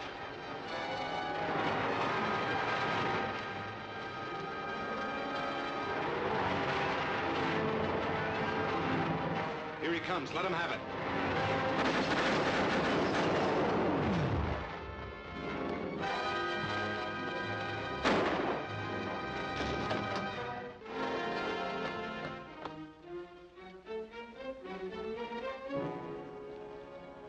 He's dead. I'm sorry. If I could only have gotten here sooner, I might have prevented this. Therefore, it is adjudged that death was a homicide committed by a person or persons unknown. Signed, Forthright Coroner's Office. Those, unfortunately, are the cold facts. Another victim added to Dr. Vulcan's list. Another sacrifice, King. If you had only enlisted our help, we wouldn't be faced with these cold facts. I don't see why you or I could have been of much help. But no matter what dangers lie ahead, I'm still willing to trust the King's judgment. Of course, I'm not blaming you, King, for these unfortunate occurrences. I just thought perhaps we might be of some assistance. Let's leave it with the understanding, then, that I'll call upon you whenever I feel you can help. Fair enough. Oh, by the way, King, how are you getting on with rebuilding the decimator? Well, it's a difficult task, Doctor, but I hope to have some results soon. Good, good.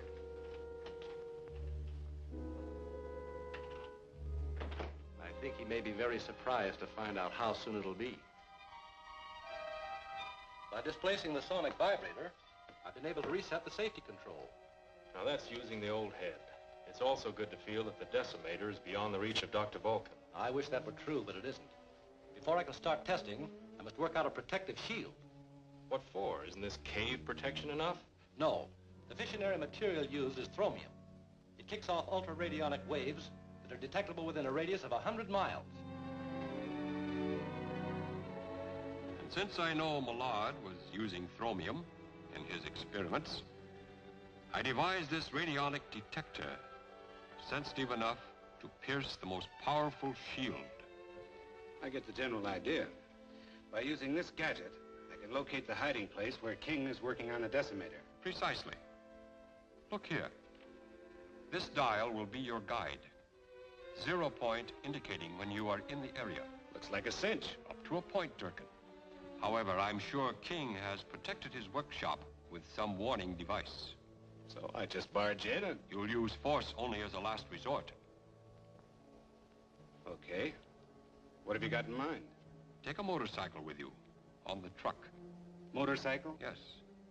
And after you locate the hideout...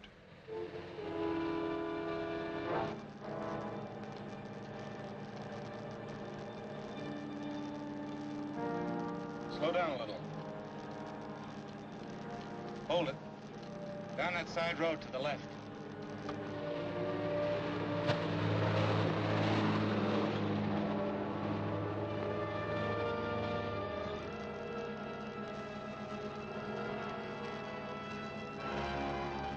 All right, pull up behind those trees.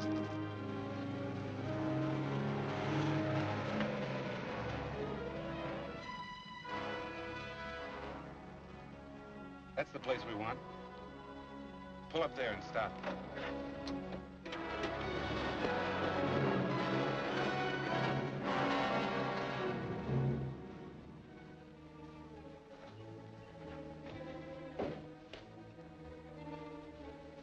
All right, fellas, get out the motorcycle.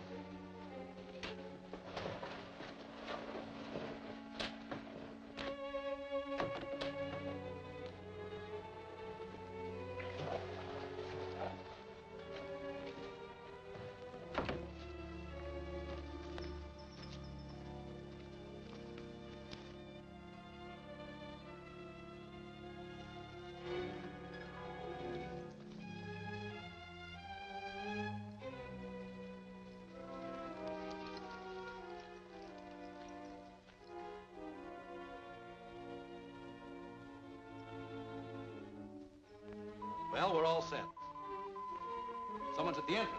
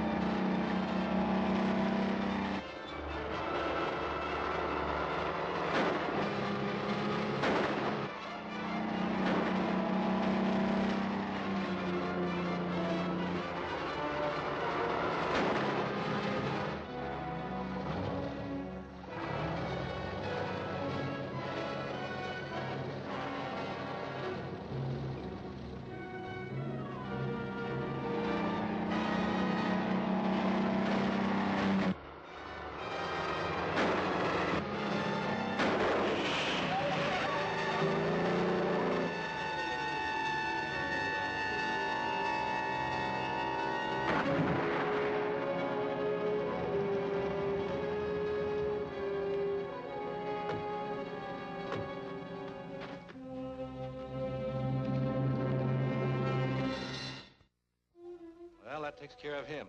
I'd feel much better if we'd had a chance to talk to the guy first. Yes, that would have helped. The camera we conceal at the entrance might lead us somewhere. By George, you're right. His photo might be an even better clue for us. Let's get back and see what we got. Right. The decimator, it's gone. I don't get it. That guy on the motorcycle.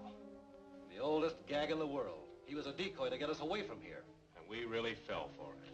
Well, we better find out who our visitors were. But won't it take too long to get a print? No, this camera takes a positive picture. We can get a photo without a negative in a couple of minutes. Bring me that test box, will you?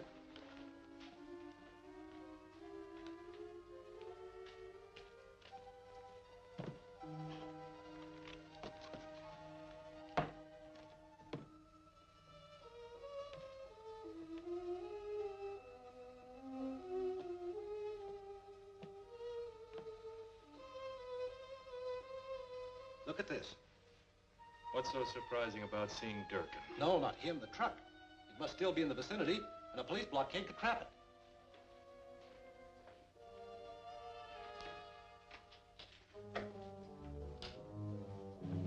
Emergency. Calling Highway Patrol. Emergency. Highway Patrol answering. This is King of Science Associates.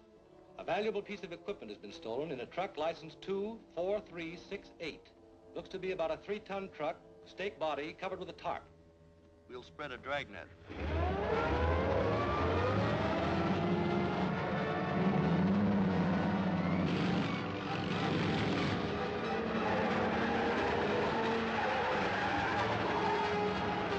From the police report I picked up, they've got a full description of the truck. I'll run through them. We'll do nothing of the kind. Head for Saddle Pass, where Phillips will meet you. Yeah, right. Head for Saddle Pass.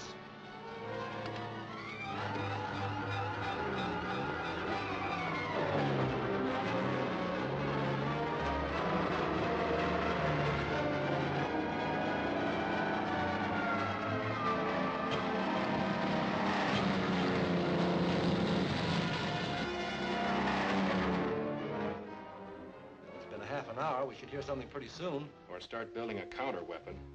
Highway Patrol calling King. Come in. Our patrol has just located your truck moving along Abbey Road towards Saddle Pass. Great. I'll take it from here. You stay here in case I need a contact. Well, what can you do alone? I have a fair idea.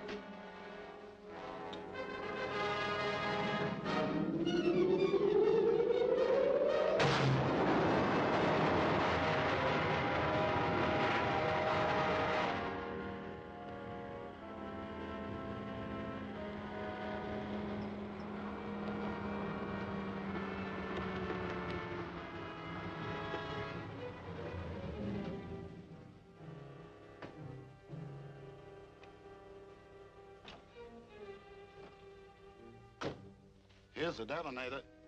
Okay. Help him move the decimator. I'll set this up. Okay.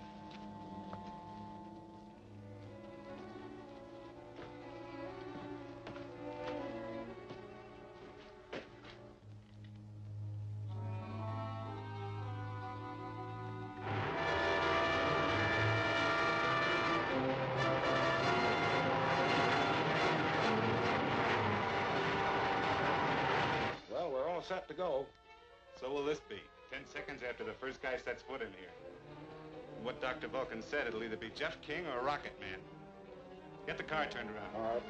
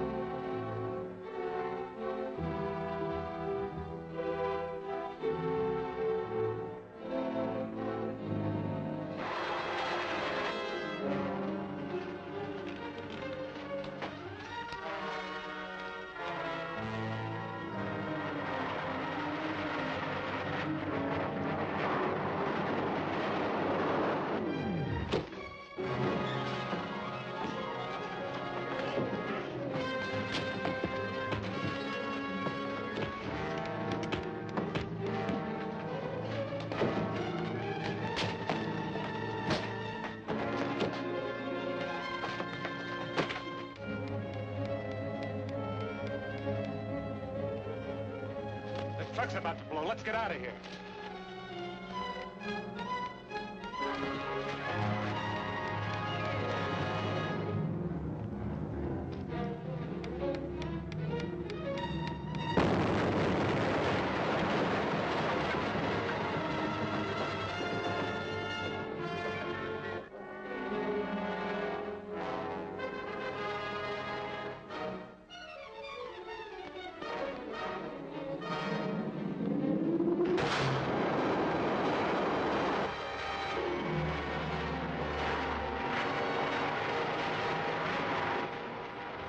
Back to the car.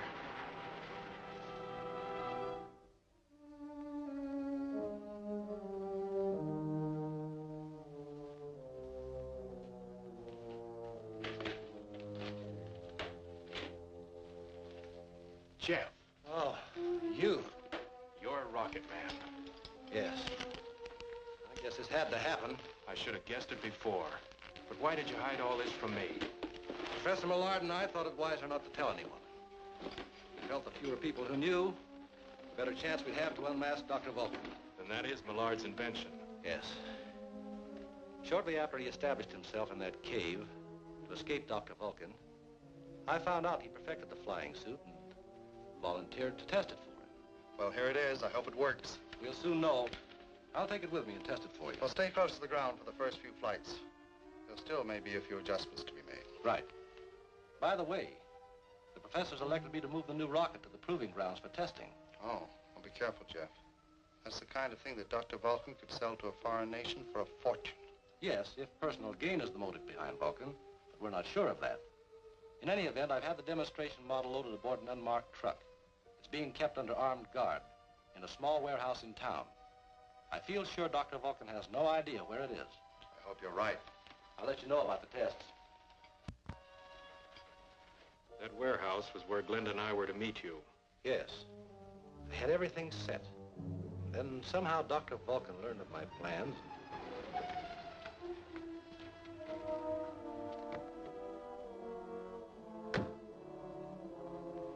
How's everything? Just fine. Truck's ready and waiting for you. Good.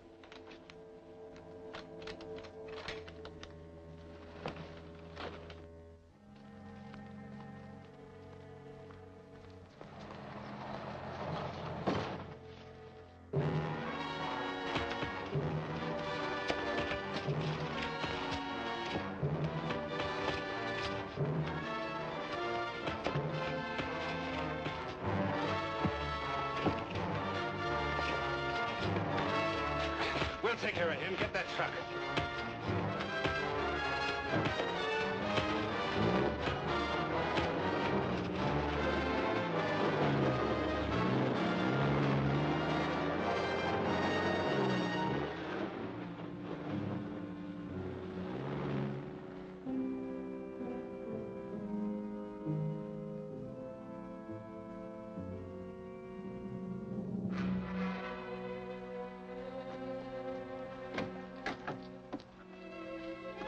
I realized the rocket suit was an untried experiment, but with it, I stood an outside chance of overtaking that truck. Glenda and I saw you flying away, but we had no idea who it was. Then what happened, Jeff? I actually spotted the truck from the air.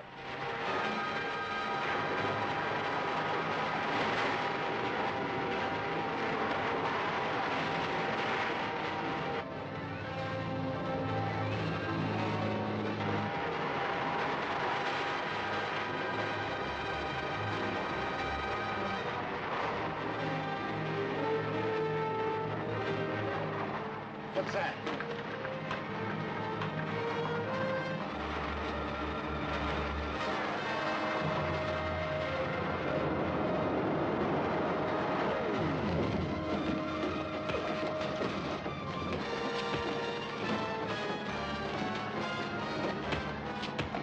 Hey, what's going on back there?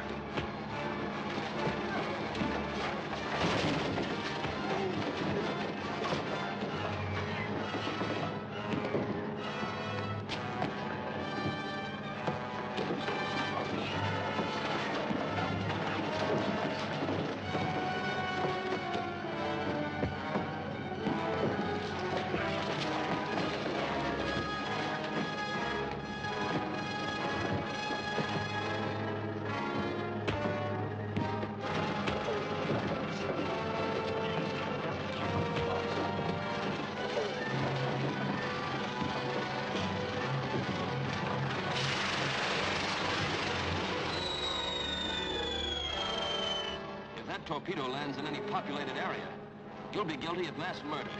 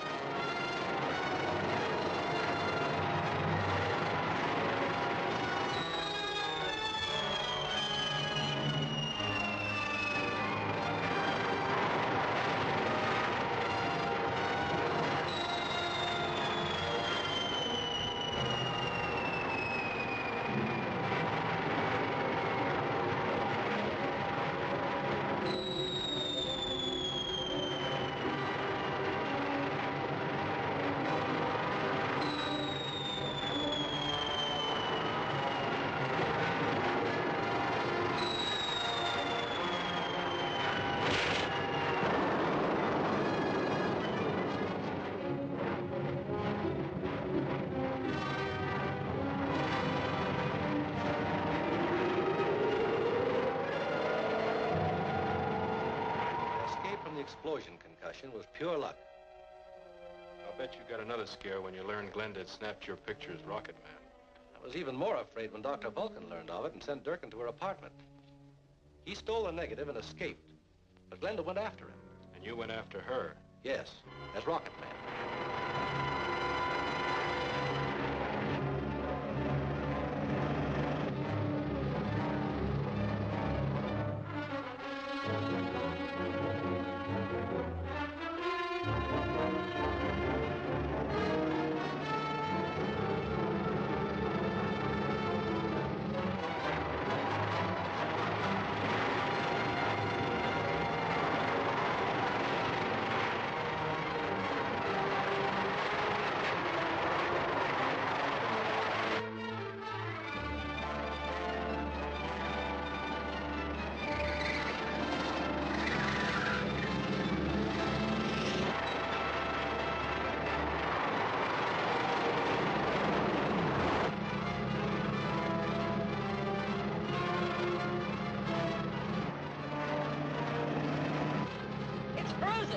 It won't turn. Jump!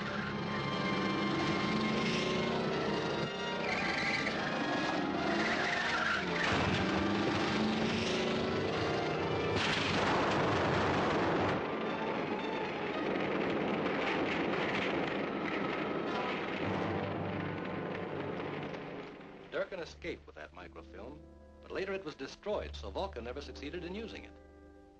It all adds up to the fact that someone who's been seated at our conference table is behind all this. Leaving us for the moment with a choice of either Bryant or Graffner. We'll nail one of them sooner or later. It had better be sooner. With that decimator in Dr. Vulcan's hands, his power for evil is unlimited. Couldn't we trace the machine through its thromium rays? Not if Vulcan is smart enough to develop a device for screening the wave emanations. Looks like we're licked. It only looks like it. I'm conducting an investigation that should tell us very shortly which of the two men is Dr. Vulcan.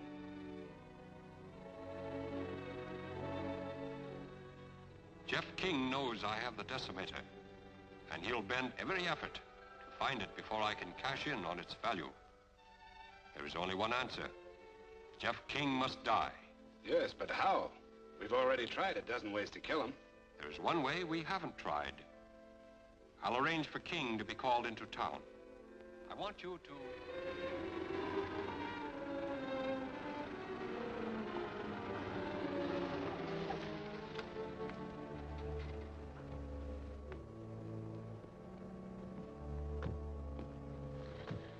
Hello, Jeff. Hello, Glenda. Where are you going? Into town to meet Professor Moore. He phoned that he wanted to see me on a matter of vital importance. You're not going to town with that. No, I guess not. Never mind, we'll run you into town in my car. Oh, thanks anyway, but I'll take this cab. Taxi? Bye. Oasis Hotel.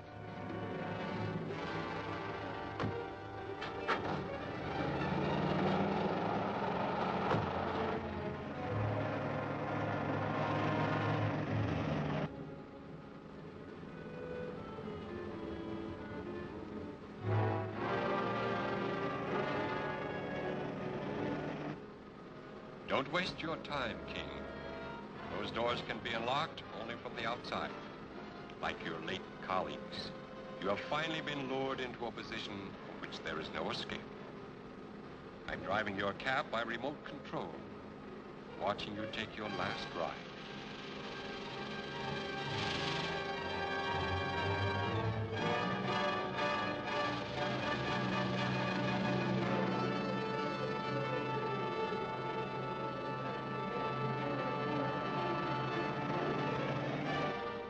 Even Rocket Man cannot help you now.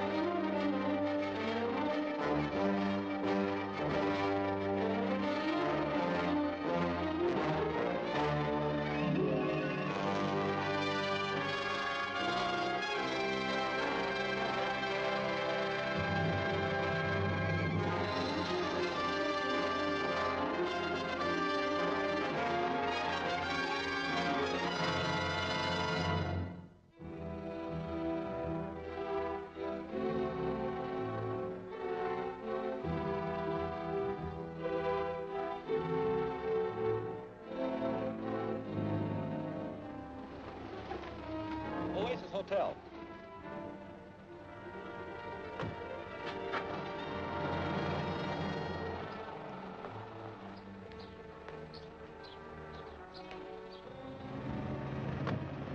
Come on.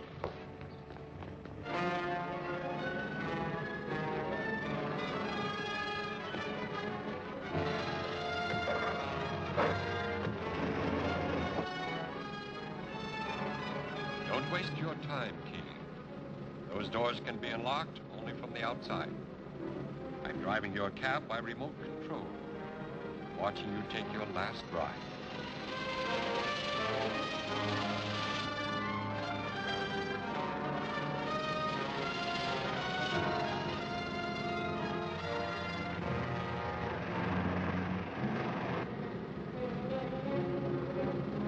Drive alongside as close as you can.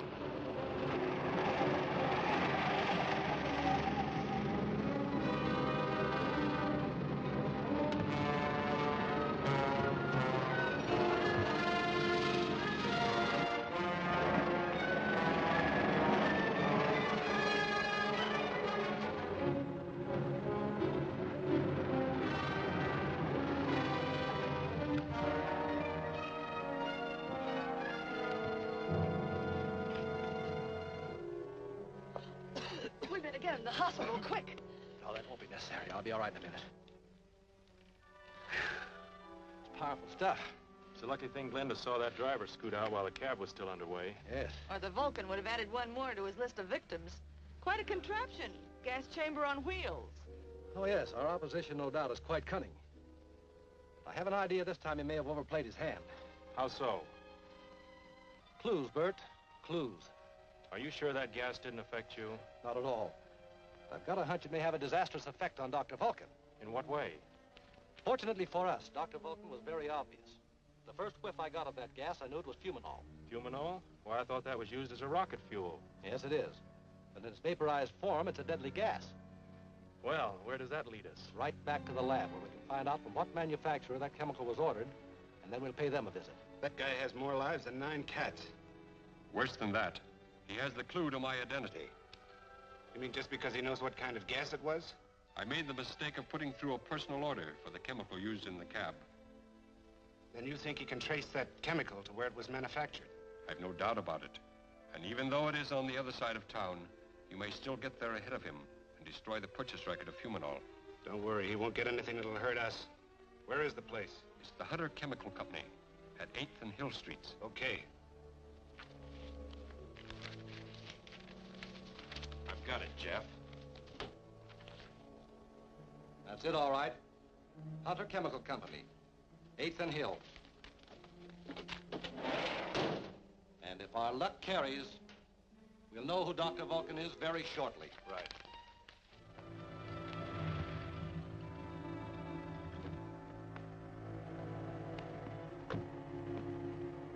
We won't be very long. All right.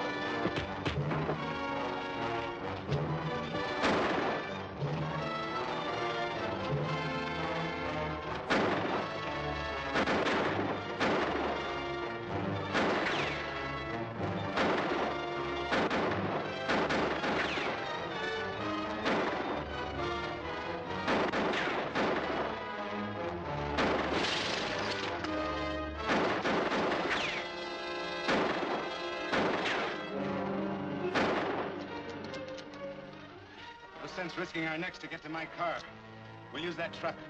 You drive, and I'll cover you from the back.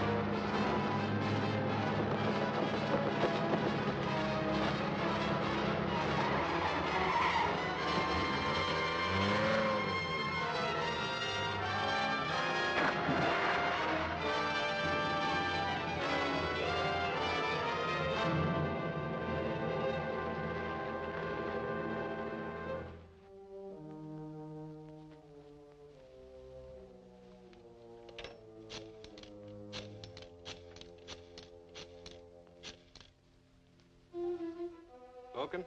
Durkin calling. Yes? I got those invoices away from Jeff King and destroyed them. Excellent, Durkin. Excellent. But I was also forced to take that Winslow character along. Bert Winslow? Yeah. Shall I dump him? No. He can be of great use to us. What for? Live bait for our friend King. We must get rid of him before we can use the decimator. What makes you think he'll fall for the bait? Just bring Winslow here. I'll guarantee the King will come too. Hello, Jeff. Hello, Glenda. Any news about Bert? Not a word. Don't you think we should notify the police? King speaking. This is Dr. Vulcan. Vulcan? What is this, a hoax? It concerns the welfare of your friend Winslow. And I would like to arrange for his return to you. I see. On what terms? We can discuss those if you come to 212 Beverly Street at 4. Alone, you understand, if you value your friend's life. But how can I be sure Bert is still alive? You will see him in the window at 5 minutes to 4. Remember, come alone. You will be watched.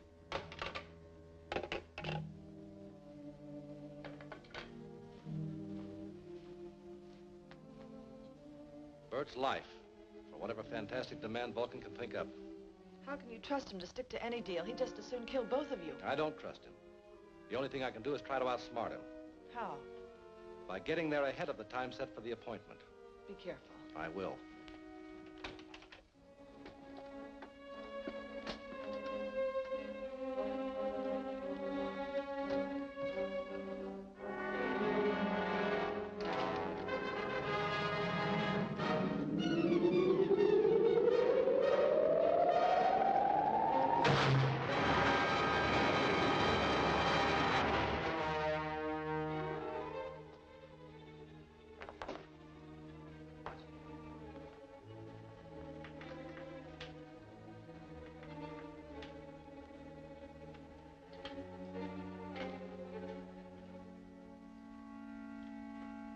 Careful with that photo, Sal.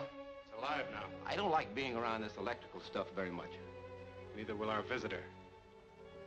Jeff King should get quite a shock when he walks through that door.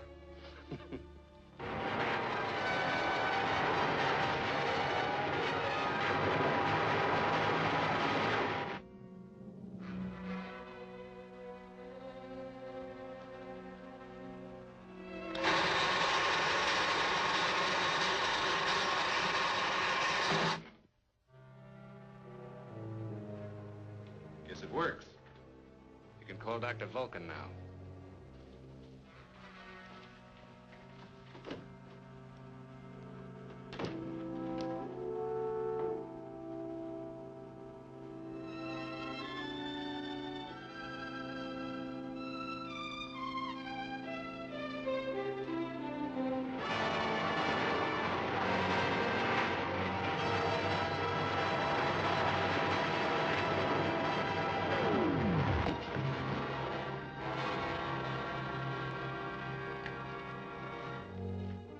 Go ahead, Durkin. Draw your gun.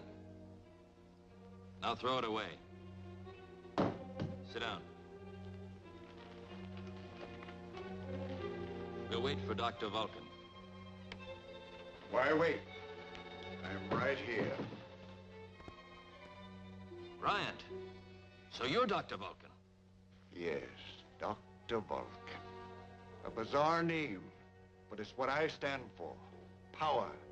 The power of steel forged into what I believe is right. Sure. The right of a criminal to steal. The right of a traitor to betray his country. The right of a warped mind that works toward the destruction of peace.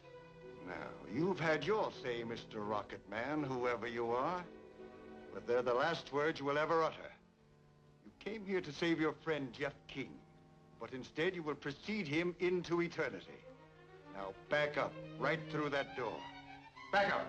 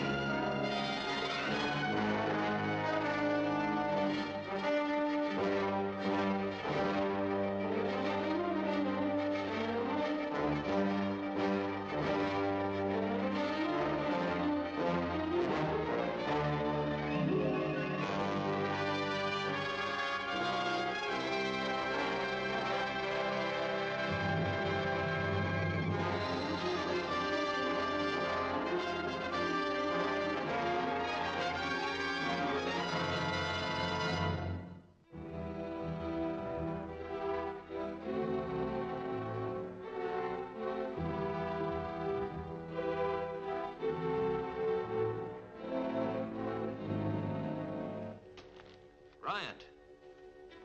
So you're Dr. Vulcan? Yes, Dr. Vulcan. A bizarre name, but it's what I stand for. Power. The power of steel forged into what I believe is right. The right of a warped mind that works toward the destruction of peace. Now, you've had your say, Mr. Rocket Man, whoever you are. But they're the last words you will ever utter. You came here to save your friend, Jeff King.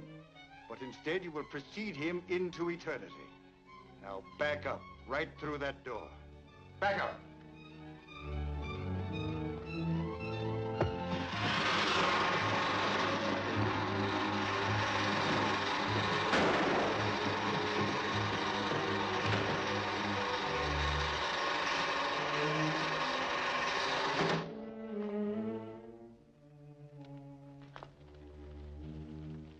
I'll telephone a description of Bryant to the police and ask them to spread a dragnet. Meanwhile, we'd better search for Millard's decimator. Bryant's already shipped it. I heard him discussing some fantastic extortion plot involving the city of New York. That sounds like Vulcan, all right. Bert, look around for some clue as to what his plans might be. Right.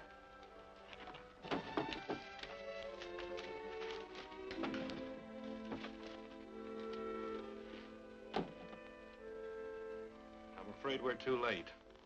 Here's a receipt for a plane Durkin rented this morning.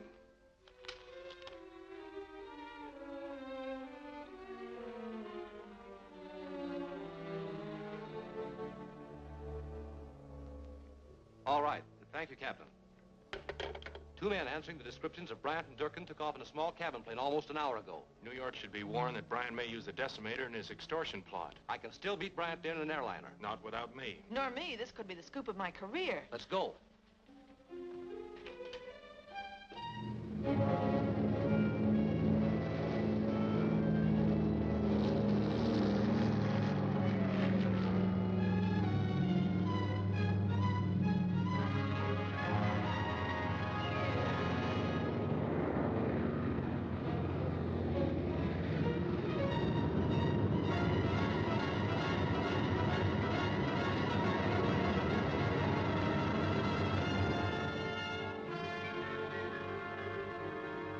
I have actually seen the sonic decimator begin to turn a mountain of stone into a sea of molten lava. Well, there are many mountains of stone standing in New York City. And on your recommendation, the finest police force in the land has been covering every point of entry for 3 hours, even though I still believe it's a hoax. Excuse me, sir. This just arrived by special delivery. Perhaps you weren't unduly alarmed. Listen to this. Yours is the wealthiest city in the world. I want that wealth. If you fail to meet my billion-dollar ransom demand by Wednesday at 2 p.m., I will destroy New York City. Announce your decision by radio broadcast, and you will receive instructions for delivery of the ransom. It's signed, Dr. Vulcan. Oh, the man's a maniac. Yes, but a very dangerous maniac, sir. Perhaps you should broadcast an offer to compromise. Compromise? Place the greatest city in the world in the hands of one murdering blackmailer? Never. Telephone the police commissioner. Tell him to call out all reserves and volunteers. I want them to comb every neighborhood, every building, every room in this city.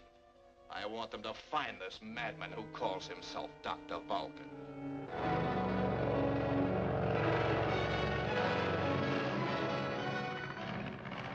Jeff King probably has every cop in the country looking for us by now. They won't find us on Fisherman's Island. Just where is this Fisherman's Island? Oh, about 300 miles off New York Harbor.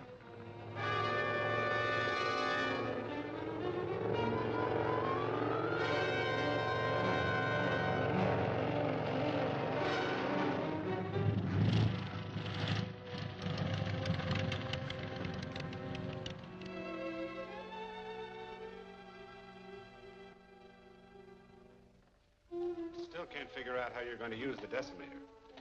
You say it only has a range of 200 miles? Yes. Well, New York is 300 miles away. Come, Durkin. Look at this chart.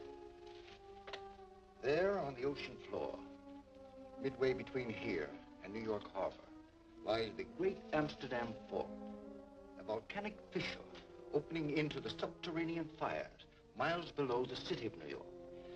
Now, erosion has sealed up this vent, but the decimator when trained upon it, will smash through and bring about the worst earthquake and tidal wave in the history of America. Unless my ransom demands are met by 2 o'clock today.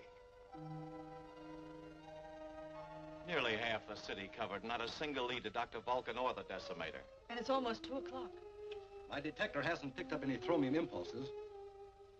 If the decimator is beyond its range of 250 miles, I don't think Bryant can inflict any serious damage.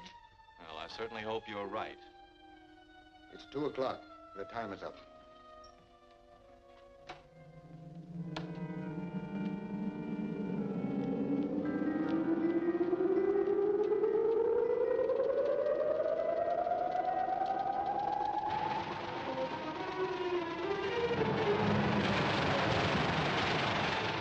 Yes? What? The Naval Observatory? Stand by for orders. The Naval Observatory is reporting sudden giant waves moving in on the harbor from approximately 300 miles southeast of here. Why, they'd no warning whatsoever. Do you think Millard's decimator could cause a thing like... What was that? It felt like an earth tremor. Let's have a look at the chart.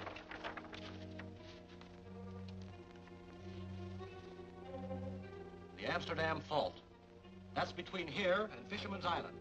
And I'll bet that's where Vulcan has the decimator. I advise you to order the evacuation of the city immediately and tell them to begin with the harbor district.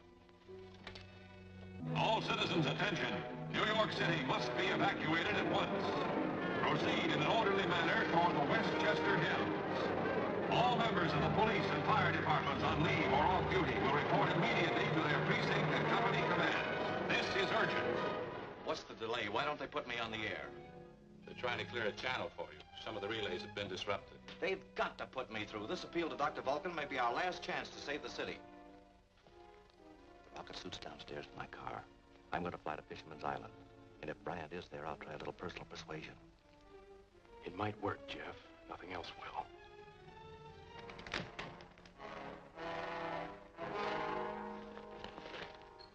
Bert, you better stand watch here. Right, Jeff.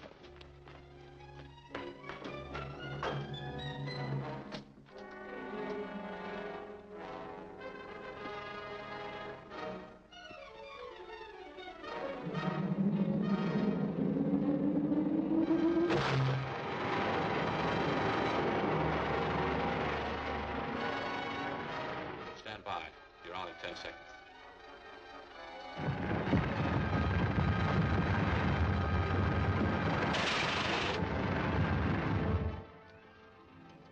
It's dead. You can't even pay Vulcan to stop now. There's only one hope. A squadron of bombers from the Army Air Base may be able to blast Fisherman's Island right off the map.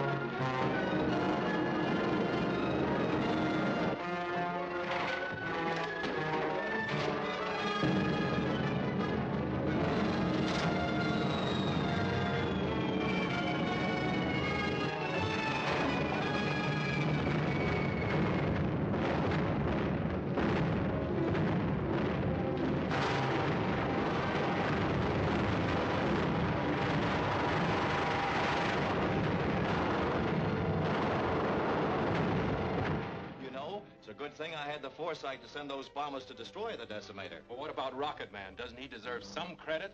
What's that? He was just wondering if Rocket Man would remain with us now that Professor Bryant has paid for his crimes. Well, I certainly hope so. But what does that got to do with what I was talking about? Nothing. Nothing at all. Well, then, as I was saying, this fine administration will see New York City rebuilt into the greatest, the most wonderful, the finest city the world has ever known.